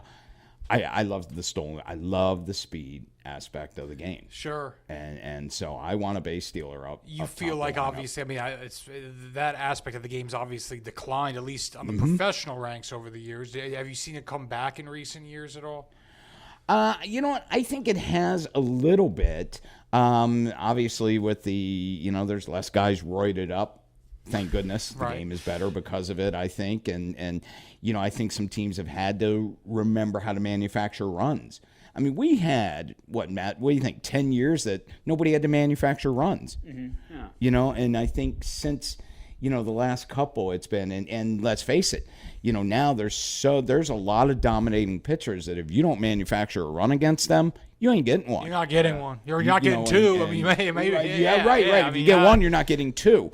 And I think that has forced some of what I like about baseball to come back a little bit. I'll tell you something that drives me batty around this time of year when I go and pick up my baseball previews, I'll go grab a Sporting News or an Athlon, is when I see the big bopper hitting 3 and then somebody hitting cleanup that doesn't look like a cleanup hitter. Perfect example. David Ortiz hitting 3rd in the Red Sox lineup, and then you'll see Hanley Ramirez hitting 4th. Right. It just bothers me. I think that's what's going on this year, I'm sure. Yeah, that's really interesting. I mean, you can look at Detroit and some people. Starling Castro was an example. He was hitting cleanup for and they got Anthony Rizzo, who's like 30 homer potential, easy. Yeah, I mean, it's easy in Detroit. You can say, well, Cabrera hits 3rd. Well, he also hits 350. So that's okay. Well, I know you can hit wherever you want him, except for leadoff. Point though, because a lot of the sluggers now are just the best overall hitters on the team, and that's where you start your. I think that might have a little something to do with it, but your point's well taken. Yeah, it's weird seeing Rizzo than Castro. Castro hit 9 bombs last year, probably. I don't know how many he hit, maybe at 20. We're going to stay on baseball. We're going to bring it to the local level now, and we should include softball here too. You need one out, pivotal moment. What local pitcher do you want on your bump? I'll tell you what. Ryan Pepperman? Yes. Yes. There you go. I like that. Boy. It would have been Carson Freese last year. Oh, yeah. I mean, because he was a pivotal out on the state championship team, as a junior. Carson Freese, who graduated from West York. I think you could look at Reeser. I would consider Kip. Being that tall lefty coming in. Yeah, I mean, I would probably go with Reeser right now between the two, just because he started. I saw him the other day, and he had a really nice game. Yeah. Man. I'll tell you what, I would have went with Scott Ristler if he was still playing high school baseball. He should be a senior for Redline this year, but he, last year decided to go on with a soccer program somewhere. I forget what it was, but they basically made him sign something that kept him from playing any more high school sports. Yeah. That's interesting. Yeah. What about in softball? I'm sure there's got to be a dominant pitcher or two out there. Always is. I mean, you know what? Great pitchers have graduated the last couple of years. I'm going to be curious to see what Kayla Resch will do at Central. I mentioned her earlier. Dallastown's got a young fireballer. Her name escapes me. Not Melanie Grant. Melanie Grant's playing somewhere else. Masson John? No, it's not Johnson. Jalen Harbold. Yeah, Jalen Harbold. She's a hard thrower in that, and I think now that kind of the job is hers to say, go out and do it. I got one for you. Caden Hepler's sister, Kara. I can't wait to watch her pitch after watching her brother for a couple years. Is there a better battery combo of her and Kelsey Weaver from West York? It's a good one. You got one's an all-state catcher, and then one's the sister of probably one of the best baseball pitchers we've had in quite a long time. I'm not entirely done with this theme. Just anyone at the dish, hitters in a clutch situation, and you're like, that's my man right there. I want him up at the dish. Kelsey Wisner. She led the top hitting team last year in hitting and slugging percentage. But the surest thing is Kelsey Shiflett's firearm from right field. Oh yeah, that arm, that is a gun. Yes, the video. My video of the year. Definitely. Hey, don't overlook Lauren Reichert at Eastern. I mean, she's a 5+, 550, 600 hitter her entire career. And for how tall she is, that's weird to have a girl that tall playing shortstop. She runs well though too. I mean, that's the thing. I mean, she's a great athlete, obviously known for volleyball, but she can do a little bit of everything. I'll take my chances with her at the dish. Staub at Susquehannock. There's some Lebo. There's some really good. I'll tell you what, Northeastern yesterday or the other day, their number 9 hitter had 4 RBIs. So this was fast. They scored 14. They scored 14 runs. Weird box scores. Yeah, 14 runs. Their leadoff hitter didn't score a run. Everybody scored a run on their lineup except for the leadoff hitter Nick Sprinkle, their shortstop. Not the way it normally works, is it? That is funny. Any sport. This is such a broad question here, and it might take some thinking. And by all Reese Devilbus, that's my answer. Okay. By all means, if you have any best overall teams, the team concept, best overall teams you've covered here in any sport. It's very broad. Well. Reese Devilbus. Now Northeastern team. I think if you look at, do you mean collectively over several years? Sure. Yeah. Okay. Definitely. No, you mean collectively over several years. I think Northeastern volleyball, 3 state titles in 5 years. And listen, we had back-to-back titles from that West York baseball team. Central York volleyball, 2 state titles in 4 years. Here's the thing 3 with and those. 5 is amazing. Here's the caveat with those West York baseball teams. They didn't even both years. They didn't even win a district title. I know. Yeah, they were third both years. And as great of a storybook seasons they had, they did not win district titles. So that's where I would give the nod to Northeastern volleyball in that sense. 3 and 5. I mean, that's and let's face it, they've got a great shot at going 4 and 6. Mm-hmm. What about from a rivalry standpoint? What are some of your favorite rivalries to cover in the area? And there's obviously your real obvious ones, but are there any underground ones that really stand out when you go to a game and you say, these two teams obviously have some beef and people might not know about it? Suburban Eastern? I think that's interesting. I mean, I think West York Dover will give you some even in the other sports, the soccers and that. Now, of course, it's spring, so maybe some of that's away. Red Line Southwestern track. That's a good one. That's interesting. I think that's, it's so easy to always answer that question with Red Line Dallastown. See, that's the thing. And that's, but there's a lot of reasons. Number one, it's a geographic rivalry of, immense proportions. You got similar sized schools, a lot of factors there. But if I want to go Southwestern, even Dallastown Southwestern. So if I want to go off the two that are playing today, Dallastown and Central Track. I mean, basically anybody in Division I, you can pretty much mismatch in track between Dallastown, Southwestern, Red Line, and Central. I feel like all those 4 track programs are kind of in their own little world in Division I. That's true. Yeah. Did a feature you did on Conrad Rhine. Mm-hmm. And then actually Bill Arsenault came back and did a feature on Lexi Rhine days later. It's raining Rhine. Yes. It's raining Rhines. Conrad's a standout player. Is it at Eastern, Steve? Yes. Okay, yeah. Eastern lacrosse, and Lexi plays beach volleyball. I know it is beach volleyball. It's referred to as sand volleyball at Florida Atlantic. The great families that you can recall in your time here. the family, and of course Conrad's father coaches him, so there's a real family lineage there.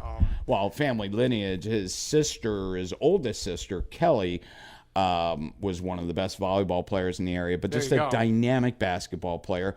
Courtney, the next sister, Division I volleyball. 4 kids, well, actually, Conrad's going to play Division II lacrosse.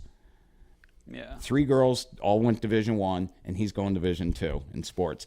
Unreal. That's a pretty good family setting. And 2 that pop out to me, basketball related, the Mashiashkis. Amy playing right now, older sister Erica, and Todd, older brother Todd. Todd was an all-state punter, too. And actually a story idea for our season wrap-up was the Langfords.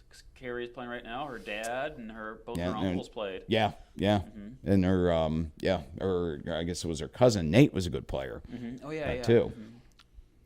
Mm-hmm. Word association. I actually drummed a couple up. Oh, okay. A couple basketball coaches. First coach, Don Demoff. Fiery, but you know what, Matt? I want you to answer that. Laker. What's that? Laker. That's my word association with Don Demoff. Laker. Because that's one of their go-to plays. Laker. Oh, Laker. Oh my gosh, I was wondering where.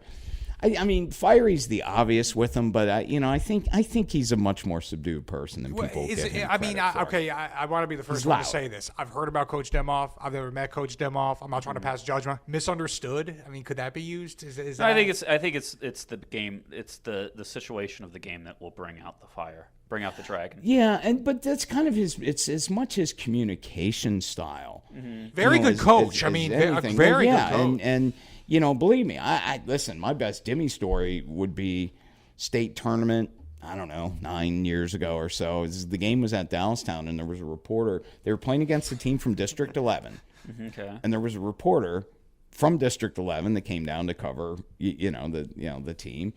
And Don was just being himself. And this guy leans over to me and goes, "That coach is a word I can't say on the radio because I want to continue doing radio." And I said, "Well, you just don't know him." "No, that's just being blah, blah, blah, blah, blah, blah, blah." And you know what? His kids love him. Yeah. I mean, if his kids didn't respond like they do. And that's why he's as fire as he is. Great point there. Everybody complains about him except for those who actually play for him. And you know what? That's all that really matters. You know what? Because when I was in high school, I got to be honest, I didn't care what the other schools thought of me and my teammates or my coaches. All that matters is us.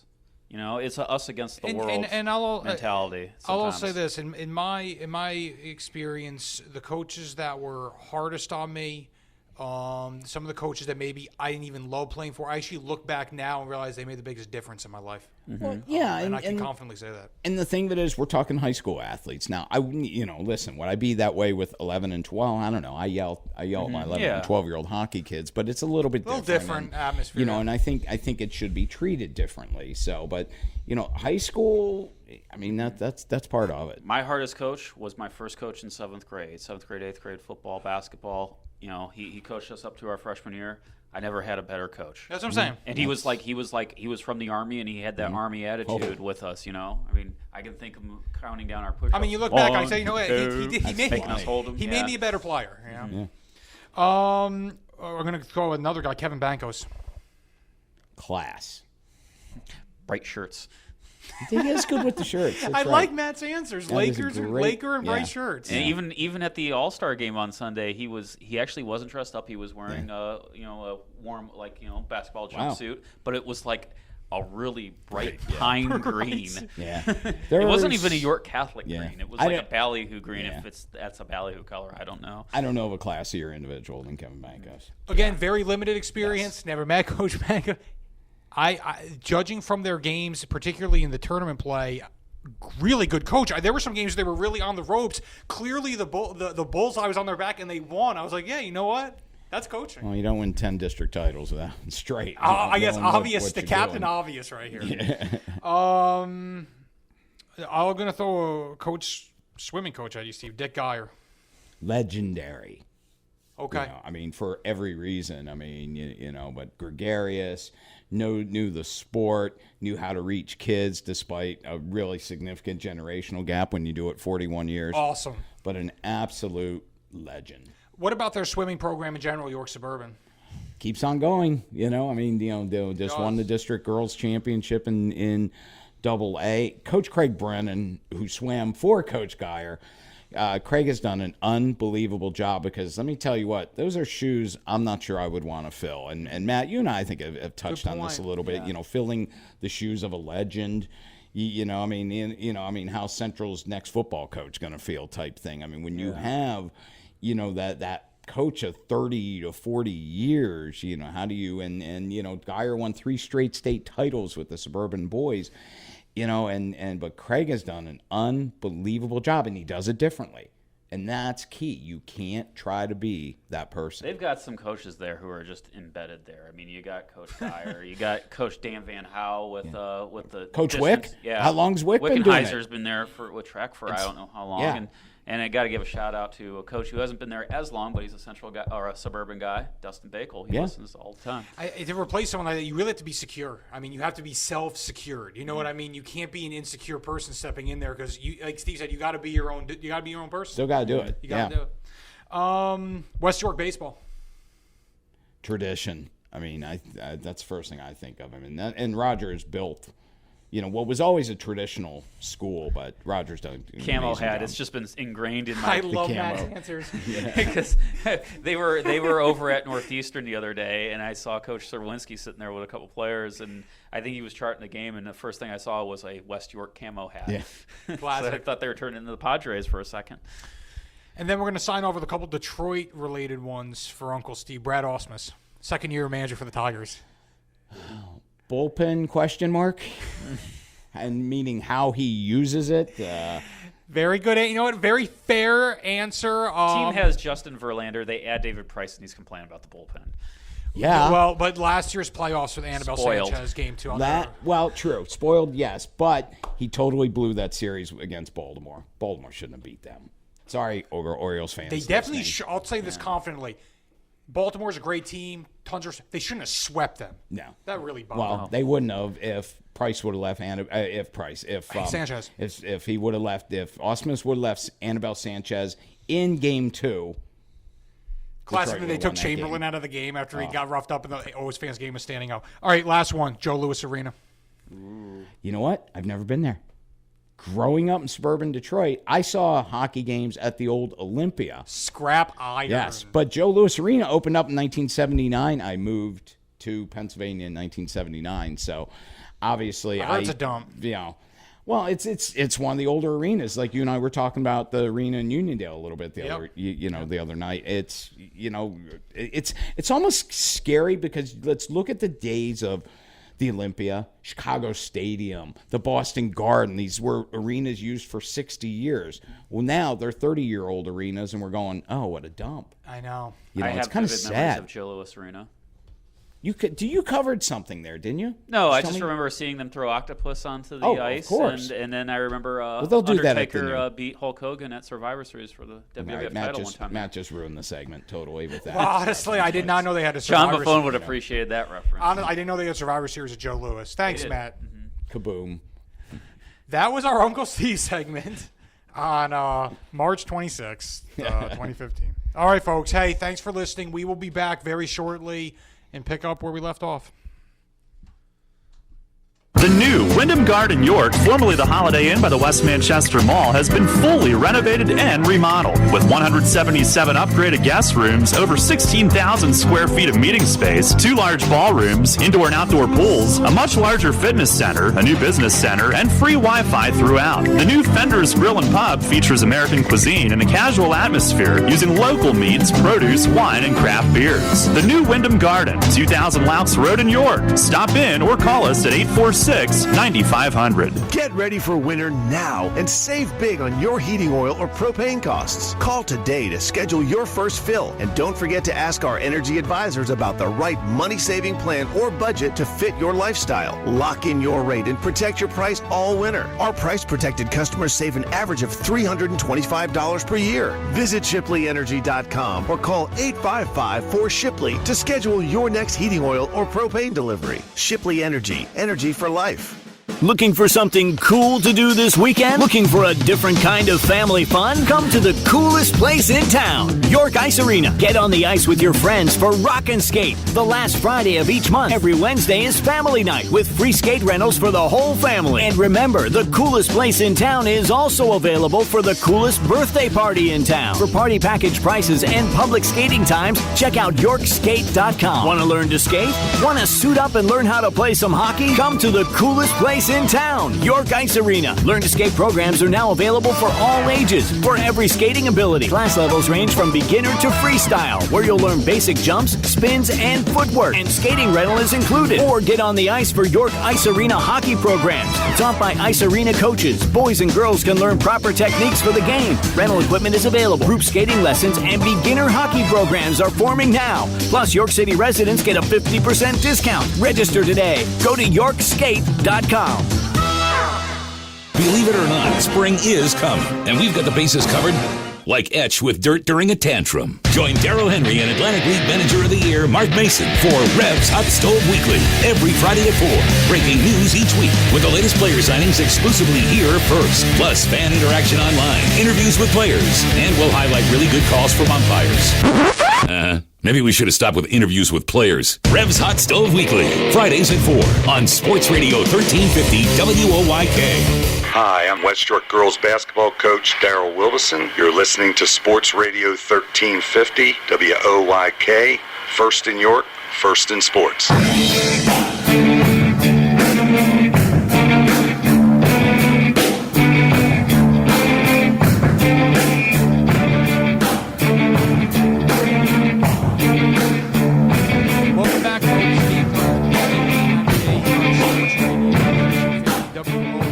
Teddy Feinberg. If that was the fade, that was a great fade on that music. I don't know if people are hearing me now or if that was wonderful. I'm here with Matt Gould. Steve Navaroli stepped away for a couple seconds here, but he'll be back shortly. We're talking hour number 2 here. We're going to get into high school volleyball talk here shortly, but I thought it was funny. Our note said if we hadn't talked about boys volleyball already, and of course Steve and I were going back and forth on the Central Northeastern debate from last year for about 5 minutes. I think we should probably pick it back up. That debate was absolutely on fire. We'll just keep going again, and it'll be like, nope. Two guys aren't going to give up their sides on that. Won a handful of awards. Our department did. Writing awards, and because of that, actually, we're getting treated to some Italian food tonight at the office, which I'm really looking forward to. Matt got the meat lover stromboli. Matt, let's talk about it. I mean, how jazzed up are you for this? I love the Italian. I don't think anybody wants to hear me talk about a meat lover stromboli. I mean, I just usually go with meat lovers stuff when I have the choice. Yeah. Honestly, I'm going with mushroom pizza, and I couldn't be happier about it. I'm really looking forward to this. Congratulations, Teddy. Everybody is turning click right now. Yeah, no, everyone's like, what are they talking about? Let's get back to the high school sports scene, shall we? Well, there is a big, speaking of volleyball, there is huge a volleyball big match tonight. Well, actually, I was thinking ahead this Saturday, the Bobcat Invitational. You're covering. It's a yearly thing there, and it's a 40-team invite. In boys volleyball, it's 2 classifications. The PVCA, the Pennsylvania Boys Volleyball Coach, every week does a top 10. So that's 20 teams total. 16 of them will be in Northeastern on Saturday for the Bobcat. 8 of them from the Quad A top 10. That's big time. Yeah. The one glaring omission, though, is Fox Chapel, the number just talking one about this weekend's volleyball tourney. Mm-hmm. Yeah, so it's going to be, man, if bloodbath maybe without the blood. And it's such great action, though. It's match after match, and I've certainly been to the Bobcat a couple times, and it's stuff that you remember. But just and Matt, we've mentioned it many times. You've said that you weren't prepared for boys volleyball. It was probably the one sport you weren't expecting when you came here, and you're getting to see it played at its best level. Yeah, and I mean, both Northeastern and Central host probably, I think, the 2 most fabulous tournaments in the state during the regular season. How can you beat the Kohler? I mean, think about that. Oh, that was funny. I was reading a story last night and it was like talking about how the Bobcats the best tournament around. I mean, I think Brad Livingston would say, hey, what about the Kohler?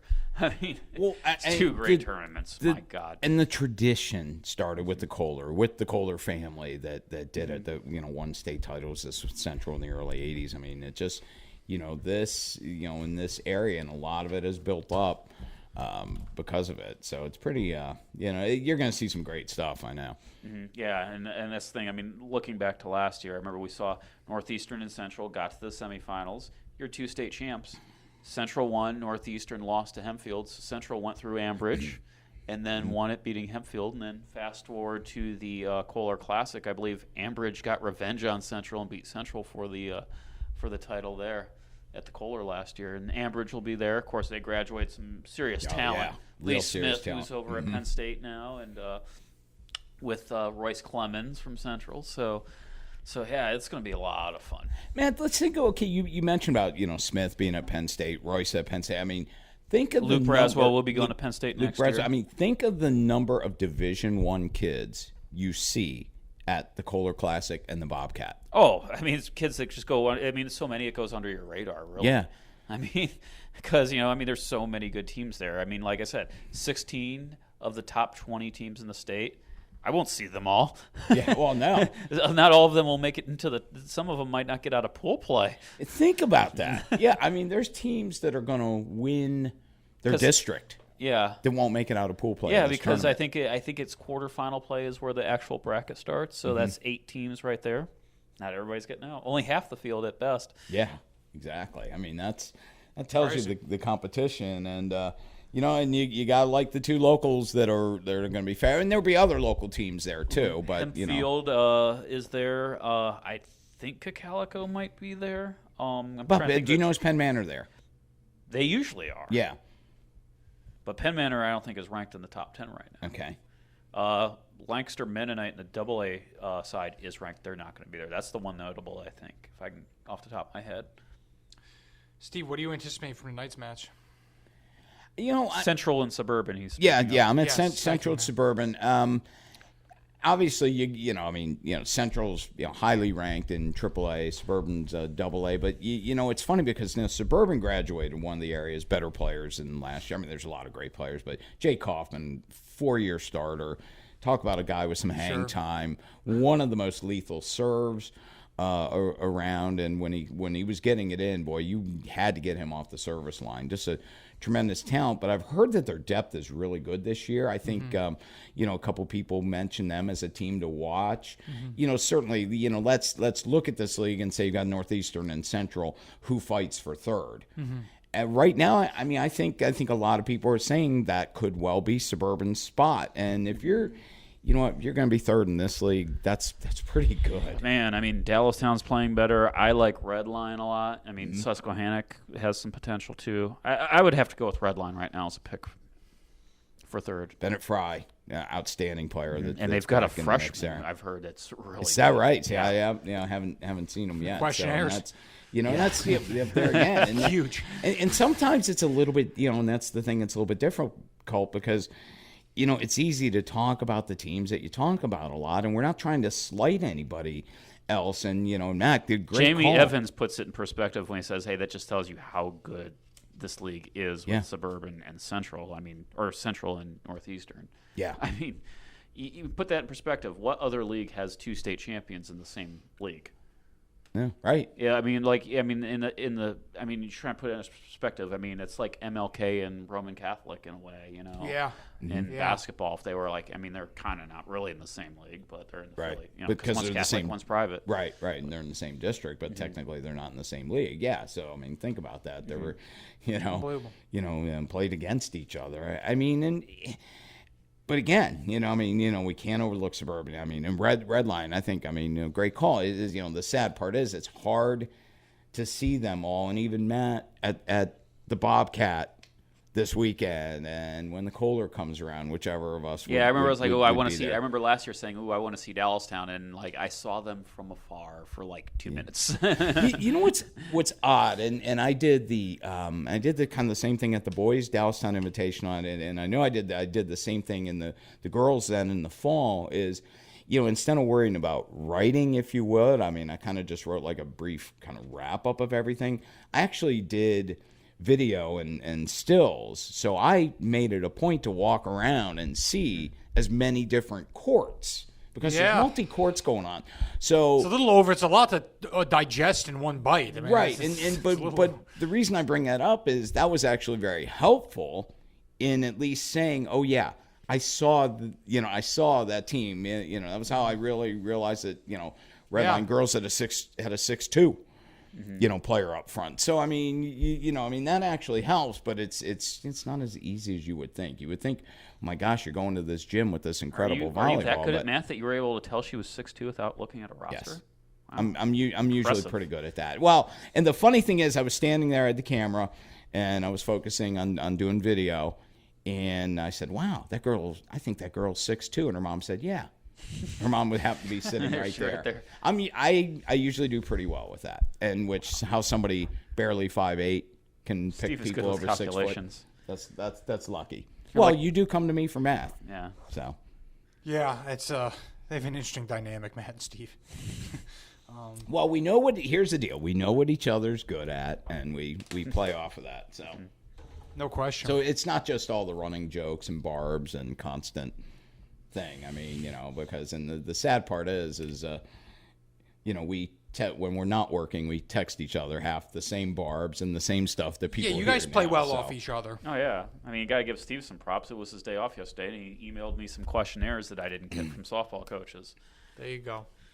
Because of Steve, I was able to get that done. That's why I was his little Italian hero.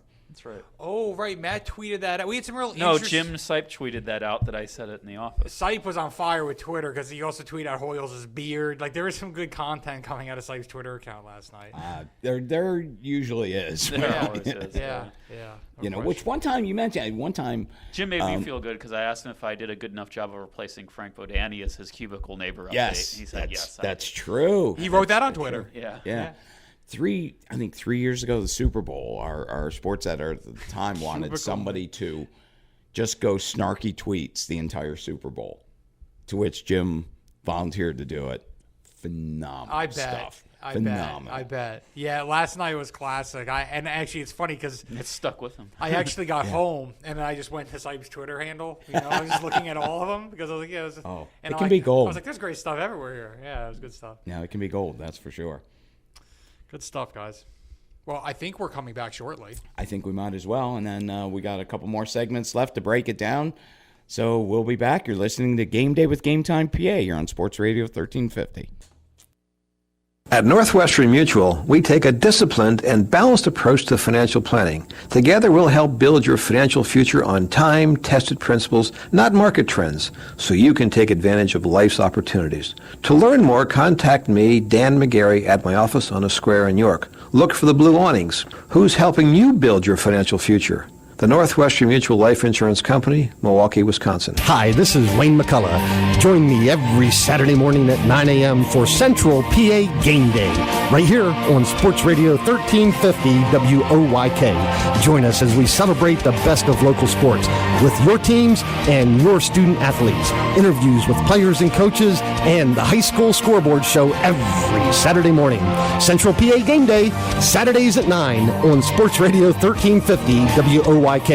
First in York, first in sports. Under center with McNabb and Malone. What's next for Ray McDonald, who was not only arrested for domestic abuse on his pregnant wife or fiance, but played this past Sunday? The whole thing comes down to is the NFL and Roger Goodell. When you make the decision of suspending Ray Rice for 2 games, then you come back out to clean things up and say, hey, we're going to be stricter. We're going to come out and suspend guys 6 games, and then it's a 1-year ban. Well, why didn't you just do it in the first place? Under center, 3 p.m. Eastern, noon Pacific on NBC Sports Radio. Hi, I'm Daryl Henry. Join Scott Geis and me every Monday at 4 for your College Spartans Sports Weekly, right here on Sports Radio 1350 WOYK. Each week, we bring you the latest in Spartan sports, featuring guest appearances from coaches and student athletes. York's home teams play on York's home for local sports. Spartan Sports Weekly, Mondays at 4 on Sports Radio 1350 WOYK. First in York, first in sports.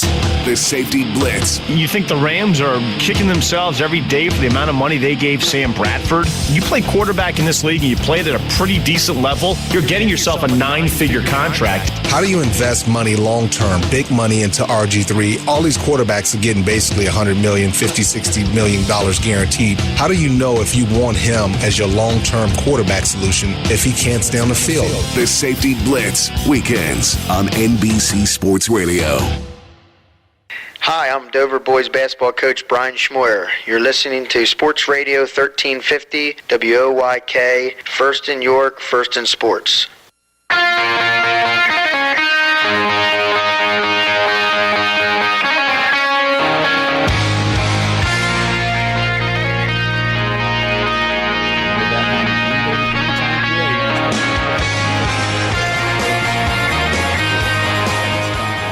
I was going to Teddy call you Steinberg? Teddy Steinberg. Steinberg's fine. Where in the heck did that come Steinberg, from? I guess Lee that's where, Steinberg. but yeah, thinking sports agent or something. Yeah. I don't know. But Teddy, I know you got some stuff to go over, so I'm just going to turn it over to you before I flub up your name again. Well, no, from a digital online standpoint, I thought the past week, obviously a couple things that did well on our Facebook page was that we had the Lexi Ryan story actually did really well. People really responded to that. Matt's YAIAA All-Star Basketball story did very well. Of course, Matt's previews have been featured prominently on there. We also had a guest commentary from a local high school official, Kelly Gross, who kind of talked about his trials and tribulations as a high school ref, which was interesting. I also just wanted to throw another shout-out to our live streams that are taking place this evening. We have York Suburban at Central York. Boys volleyball. That's a 7:30 p.m. start again. Steve Navaroli will also be there covering the game live for GameTimePA. And a couple lacrosse games next week. Central York at Susquehannock Boys Lacrosse. That's Tuesday, March 31st. That's a 6 p.m. start. Kennerdale at Susquehannock Girls Lacrosse. That's Thursday, April 2nd. That's a 6 p.m. start. All those live streams can be seen on GameTimePA.com. So we continue to push the envelope from a digital and online standpoint, and we are proud of it. So there you have it. All right, thank you, sir. And yeah, a lot of good stuff going on there. And speaking of good stuff, Dover hired a football coach. Yeah, Wayne Snellbaker. And you know the thing of it is, as you would say,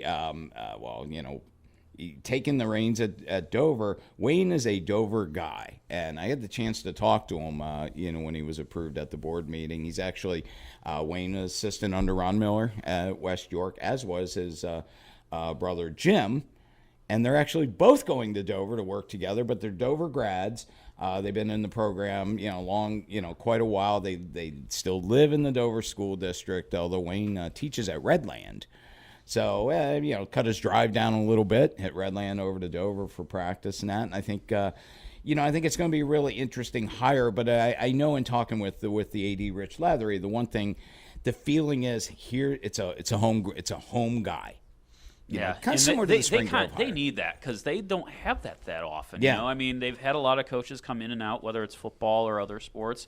Other than Brian Schmoyer, who lives close by, I can't think of many coaches who are really that home feeling type of coach there. I mean, they've gone through back and forth with basketball coaches on the girls' side. Mm-hmm. Eric Lamb was at Dallastown. Mm-hmm. I mean, or from I think he played at Dallastown, if I'm not mistaken. Yeah, and he coached there for 2 years. He coached there. So I think that's a real good get for Dover to have a home guy. And then they seem so pleased about it. And of course, I had to, he was actually one of the first names I heard about. Yeah. I have to say, one of the first names I heard about as a suggestion was Wayne Snellbaker, and I bounced it off of Rich Leathery, and he said, "Oh, I don't think he's going to apply." Yeah, Wayne, but and there, he's like, "I don't think he's going to apply." Meanwhile, I was looking at the resume. He's like, "I don't think we're going to get that." Yeah. And of course, I wrote the story on it last week, and so I asked Ron Miller, about it, and Ron said to me, he said, "You know what? There's nobody." Wayne ran the defensive line, and of course Jim ran the offensive line, and Ron was called the plays. But I said, well, was he said it was total autonomy. That was Wayne's defensive line. He said, Ron said, I didn't ask him any questions. He didn't ask me any questions, and I was fine with it. Total trust in the guy and his football abilities, and Ron could not rave enough about the hire. Now, does that mean I believe all the vacancies have been filled? This was the 5 or 6 head coaching football vacancies this Second year in a row. And as I pointed out to you, that's the one job Ron Miller would not do good well with, is the Dover job. The Dover job. And, and that's the thing. Well, that's more of a pride thing, I think. Yeah, well, listen, why would he, though, with the success he's had? And that's no knock on Dover. I mean, that was my joke, wasn't it? Ron Miller would do well at any coaching situation except for Dover. Yeah. I don't know. I think he would, but I think he would do well anywhere he chose to go. But, nonetheless, it's going to be It's going to be an interesting football season. I mean, Matt, this was 2 years in a row. Last year was 5. This year's 6. And the year before, I believe, was 4. So, I mean, there's been a lot of openings. So are we going to have 7 next year? Is that you're saying? Oh, gosh, I would hope not. How did you guys feel, again, surface-oriented, the practice have to start, games have to start, but overall, the replacement hires that were made, which ones really stood out in particular? How did you guys feel about them in general? I think Steve Wiles going to Susquehannock is really big for that That's program. A very intriguing hire, yeah. I think Wayne Snellbaker is a step forward for Dover, definitely. I'm trying to think back to the first few hires. There was Sprinkle at Springgrove. Springgrove was the first one. I'm trying to remember who was after that. Was Jeremy Jones the next one? Yeah, West and York? went Sprinkle to Jeremy getting the job there. And that was pretty much a natural. He was on the staff before. He's a teacher there. I think that was a natural fit. And again, I think his name was out there pretty much. I think that right when that opened up, it just would connect the dots. I think really was. Here's what I love about I think I told you what I really like about the Snellbaker hire is I even said this before we knew what Lamb was going to do. Is I said to you, I think I might have said it to Teddy as well. Looking at their personnel, they cannot run a wing T next year. Mm-hmm. They cannot. No, they're not going to. And I said, and what did I say? They would be better equipped for a spread. Yeah. And that's what he says he's going to run over there. Yeah. And it's like and that's the funny thing is, I couldn't imagine that's got to be probably one of the hardest adjustments is to take a wing T offense and mold it into a spread. I mean, it's very much polar opposite ends of the football spectrum. I mean, the only way you can even make it more opposite if you're doing what Chip Kelly's doing, I guess. And you know what? I think it's the right move. Yeah, no, I agree. And let's face it, man. You remember when you and I went out and did a game time there. And we walked up to the practice field without, we were far enough away that we really weren't recognizing anybody. And we saw this rather large group, and I mean large as in large team? Kids. It was the freshman team. Wow, okay. Some big kids on that team. Matt and I both looked at each other and remarked, I don't think these are them, but boy, they sure look big enough to be the varsity team. So he's going to have some size in the program. And, of course, they've had size. For a couple years, Levi Murphy, Shad Murphy, who they did the shirts for 2 years ago. Yeah, he was one of those freshmen, big freshmen that we saw. Matt brought up Wiles. I'm genuinely interested in this, and I defer to you guys. I want to know your thoughts. I guess from the surface, just me looking at it from the 30,000-foot view, I see a coach who was at DeLone for a very long period of time. He's had success there. Well, first he had success at a Hanover program, which hasn't had really much success since he left. He stepped into a DeLone program, which had a long-time standing coach, and now he's going to a Susquehannock program, which has really fallen on hard times ever since 2008. It had some recent, some recent historical success, but some real recent hard times. And I look at the setup of that school and just the type of kids they have there and the type of athletes. And it's, they don't really have the big Chaz Powell types, there. And I look at what Steve Wiles was able to do, and I see similar kids that were at DeLone Catholic that are at Susquehannock that I think he can mold something. I'm very intrigued. What do you think, Nav? No, I am too. And and half of it, I think, starts with stability, and that's no knock on if you don't like Bill Kerr, there's just not a nicer guy out there. And Bill had that job 3 years, and I think it was kind of assumed that when Brian graduated, he would step down and that. So, they had just it was like somewhere along the line the cupboard got bare. and they came out of a team that won 4 straight Division II titles. Quickly. Sent a kid to Penn State, a terrific player. Really fell off fast. An encouraging thing I see, and this is almost kind of like looking at the way the birds are flying.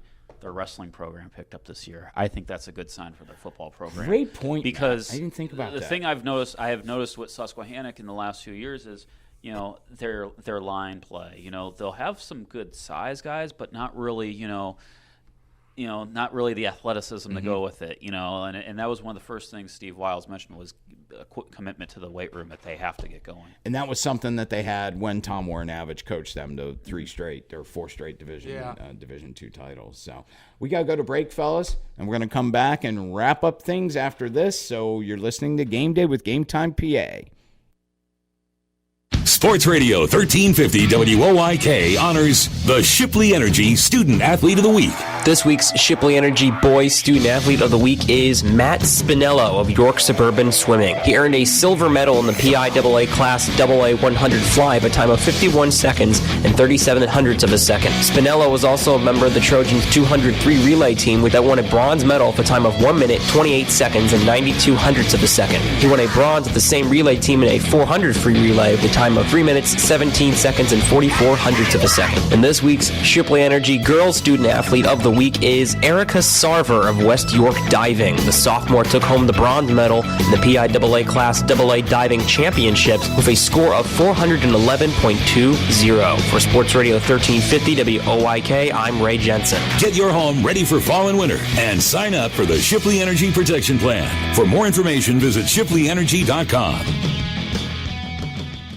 Want to learn to skate? Want to suit up and learn how to play some hockey? Come to the coolest place in town, York Ice Arena. Learn to skate programs are now available for all ages, for every skating ability. Kids of all ages will learn how to feel comfortable on ice, how to stand, and perhaps most importantly, how to fall properly. Class levels range from beginner to freestyle, where you'll learn basic jumps, spins, and footwork. Classes are taught by York Ice Arena skating instructors from White Rose Figure Skating Club. No skates? No problem. Skate rental is included in your registration. Or get on the ice for our York Ice Arena hockey programs. York Ice Arena coaches will focus on teaching proper techniques needed for anyone interested in playing hockey. Rental equipment is available for beginning players, both boys and girls. So get on the ice. Learn to skate. Learn to play. Sign up now. Group skating lessons and beginners hockey programs are forming now. Plus, York City residents get a 50% discount. Register today. Go to yorkskate.com and click on program info. York Ice Arena, the coolest place in town.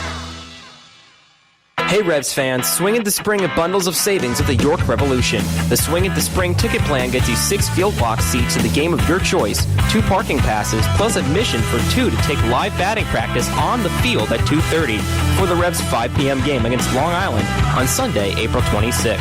Swing in the Spring at the York Revolution. Save when you shop at the Apple Chevrolet ticket office by phone at 717-801-HITS or online at yorkrevolution.com. Hi, I'm Red Lion Boys basketball coach Steve Schmale. You're listening to Sports Radio 1350 WOYK, first in York, first in sports. And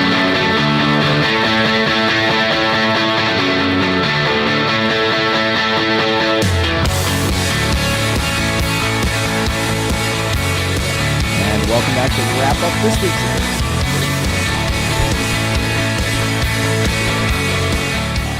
Another week goes by. We'll be back next week from 4 to 6 here, same time, same station, to talk local high school sports. And no, Matt, we're not going to wrap up this week's show with a WrestleMania preview. You acknowledged it, therefore I win. There you go. Well, that makes you happy. I might be overstepping my bounds here. I think that they may have inducted some guys in the Hall of Fame on Saturday. Oh, yeah, the Hall of Fame is Saturday. That's all the airtime is getting. But I just have to throw. I think Macho Man and Hogan are going in. No, Hogan's been in there for years.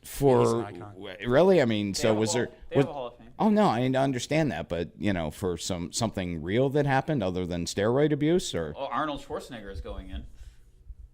Really? Yeah, they have a celebrity wing. Okay, okay. I'm redundant. Something real for steroid abuse, or other than steroid abuse? I mean, the Bushwhackers are going in. I don't think they roided. I didn't like that. Savage is legit Hall of Fame. And legit Reuter, too. No question. I don't know about this. Okay. We're Teddy, move on. please tell me you I know learned. that. I got to say this right now. I fueled the fire on that. Steve was pushing that out the door, and I kind of dragged it. Well, please tell me you learned something other than that. Honestly, I learned. I brought up food earlier when you were in the bathroom, and we quickly got off the topic. I learned, we share an affiliation for mushroom pizza. I'm fired up. Good thing, too. Good thing. I'm looking forward to that one tonight. Well, I've learned all week that Teddy holds my spring previews in high esteem. I read them very closely.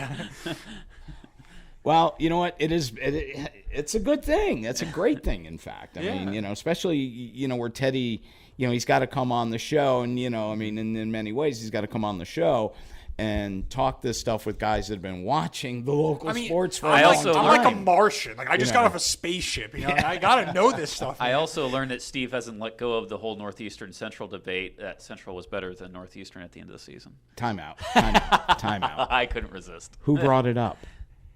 Well, Matt brought it up, and he just brought it up again. But honestly, it's hilarious. I like poking the bear. So who didn't? Here's my question: who didn't let go of it? Because he brought it up twice. I think I'm going to kind of steer clear of this. I think it's funny. I like the debate too. I think I learned that Matt is once again proving to be an only child. That's right. Who was catered to, and Mom catered to. Mom Ghoul, please do something about him. I only wish Mom listened. I really do. I wish your mom, tuned in. So happy birthday to Mom Ghoul on Sunday, by the way. Yeah, happy birthday, Mom Ghoul. That's awesome. Yeah, no doubt. That's awesome. Well, we did. We had a couple birthday greetings, obviously, with my poor wife. Get one game ball. Said game ball. Good stuff here. I think we moved the time well. So what did you learn? Tough to say. That Matt's still a pain in my backside. Yeah, well, he's taken most of the week off, and I've still managed to annoy him. It's supposed to be something. It's supposed to be something new we learn. That's true. It is supposed to be something new. So Steve worked 2 days this week, still got 40 hours worth of annoyance. Yes, that's a legitimate point. Well done. well done. Now hey, I learned I could survive a procedure and have a voice. Yeah, I'm glad to hear everything went well there. Yeah, and Steve makes a mean cheeseburger bisque as well. Most people were grossed out by it. However, my buddy James Tolley, who actually did a feature on me during my recovery.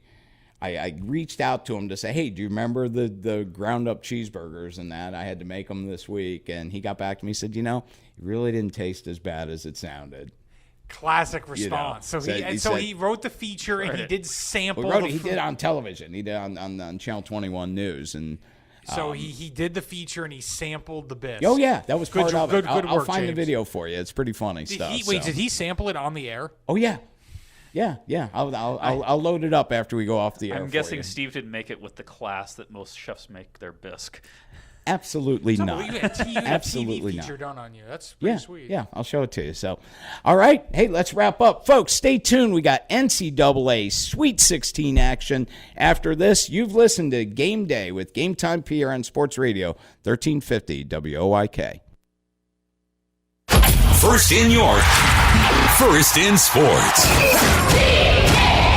Your only local sports station. The new Sports Radio 1350, WOIK, York, Pennsylvania.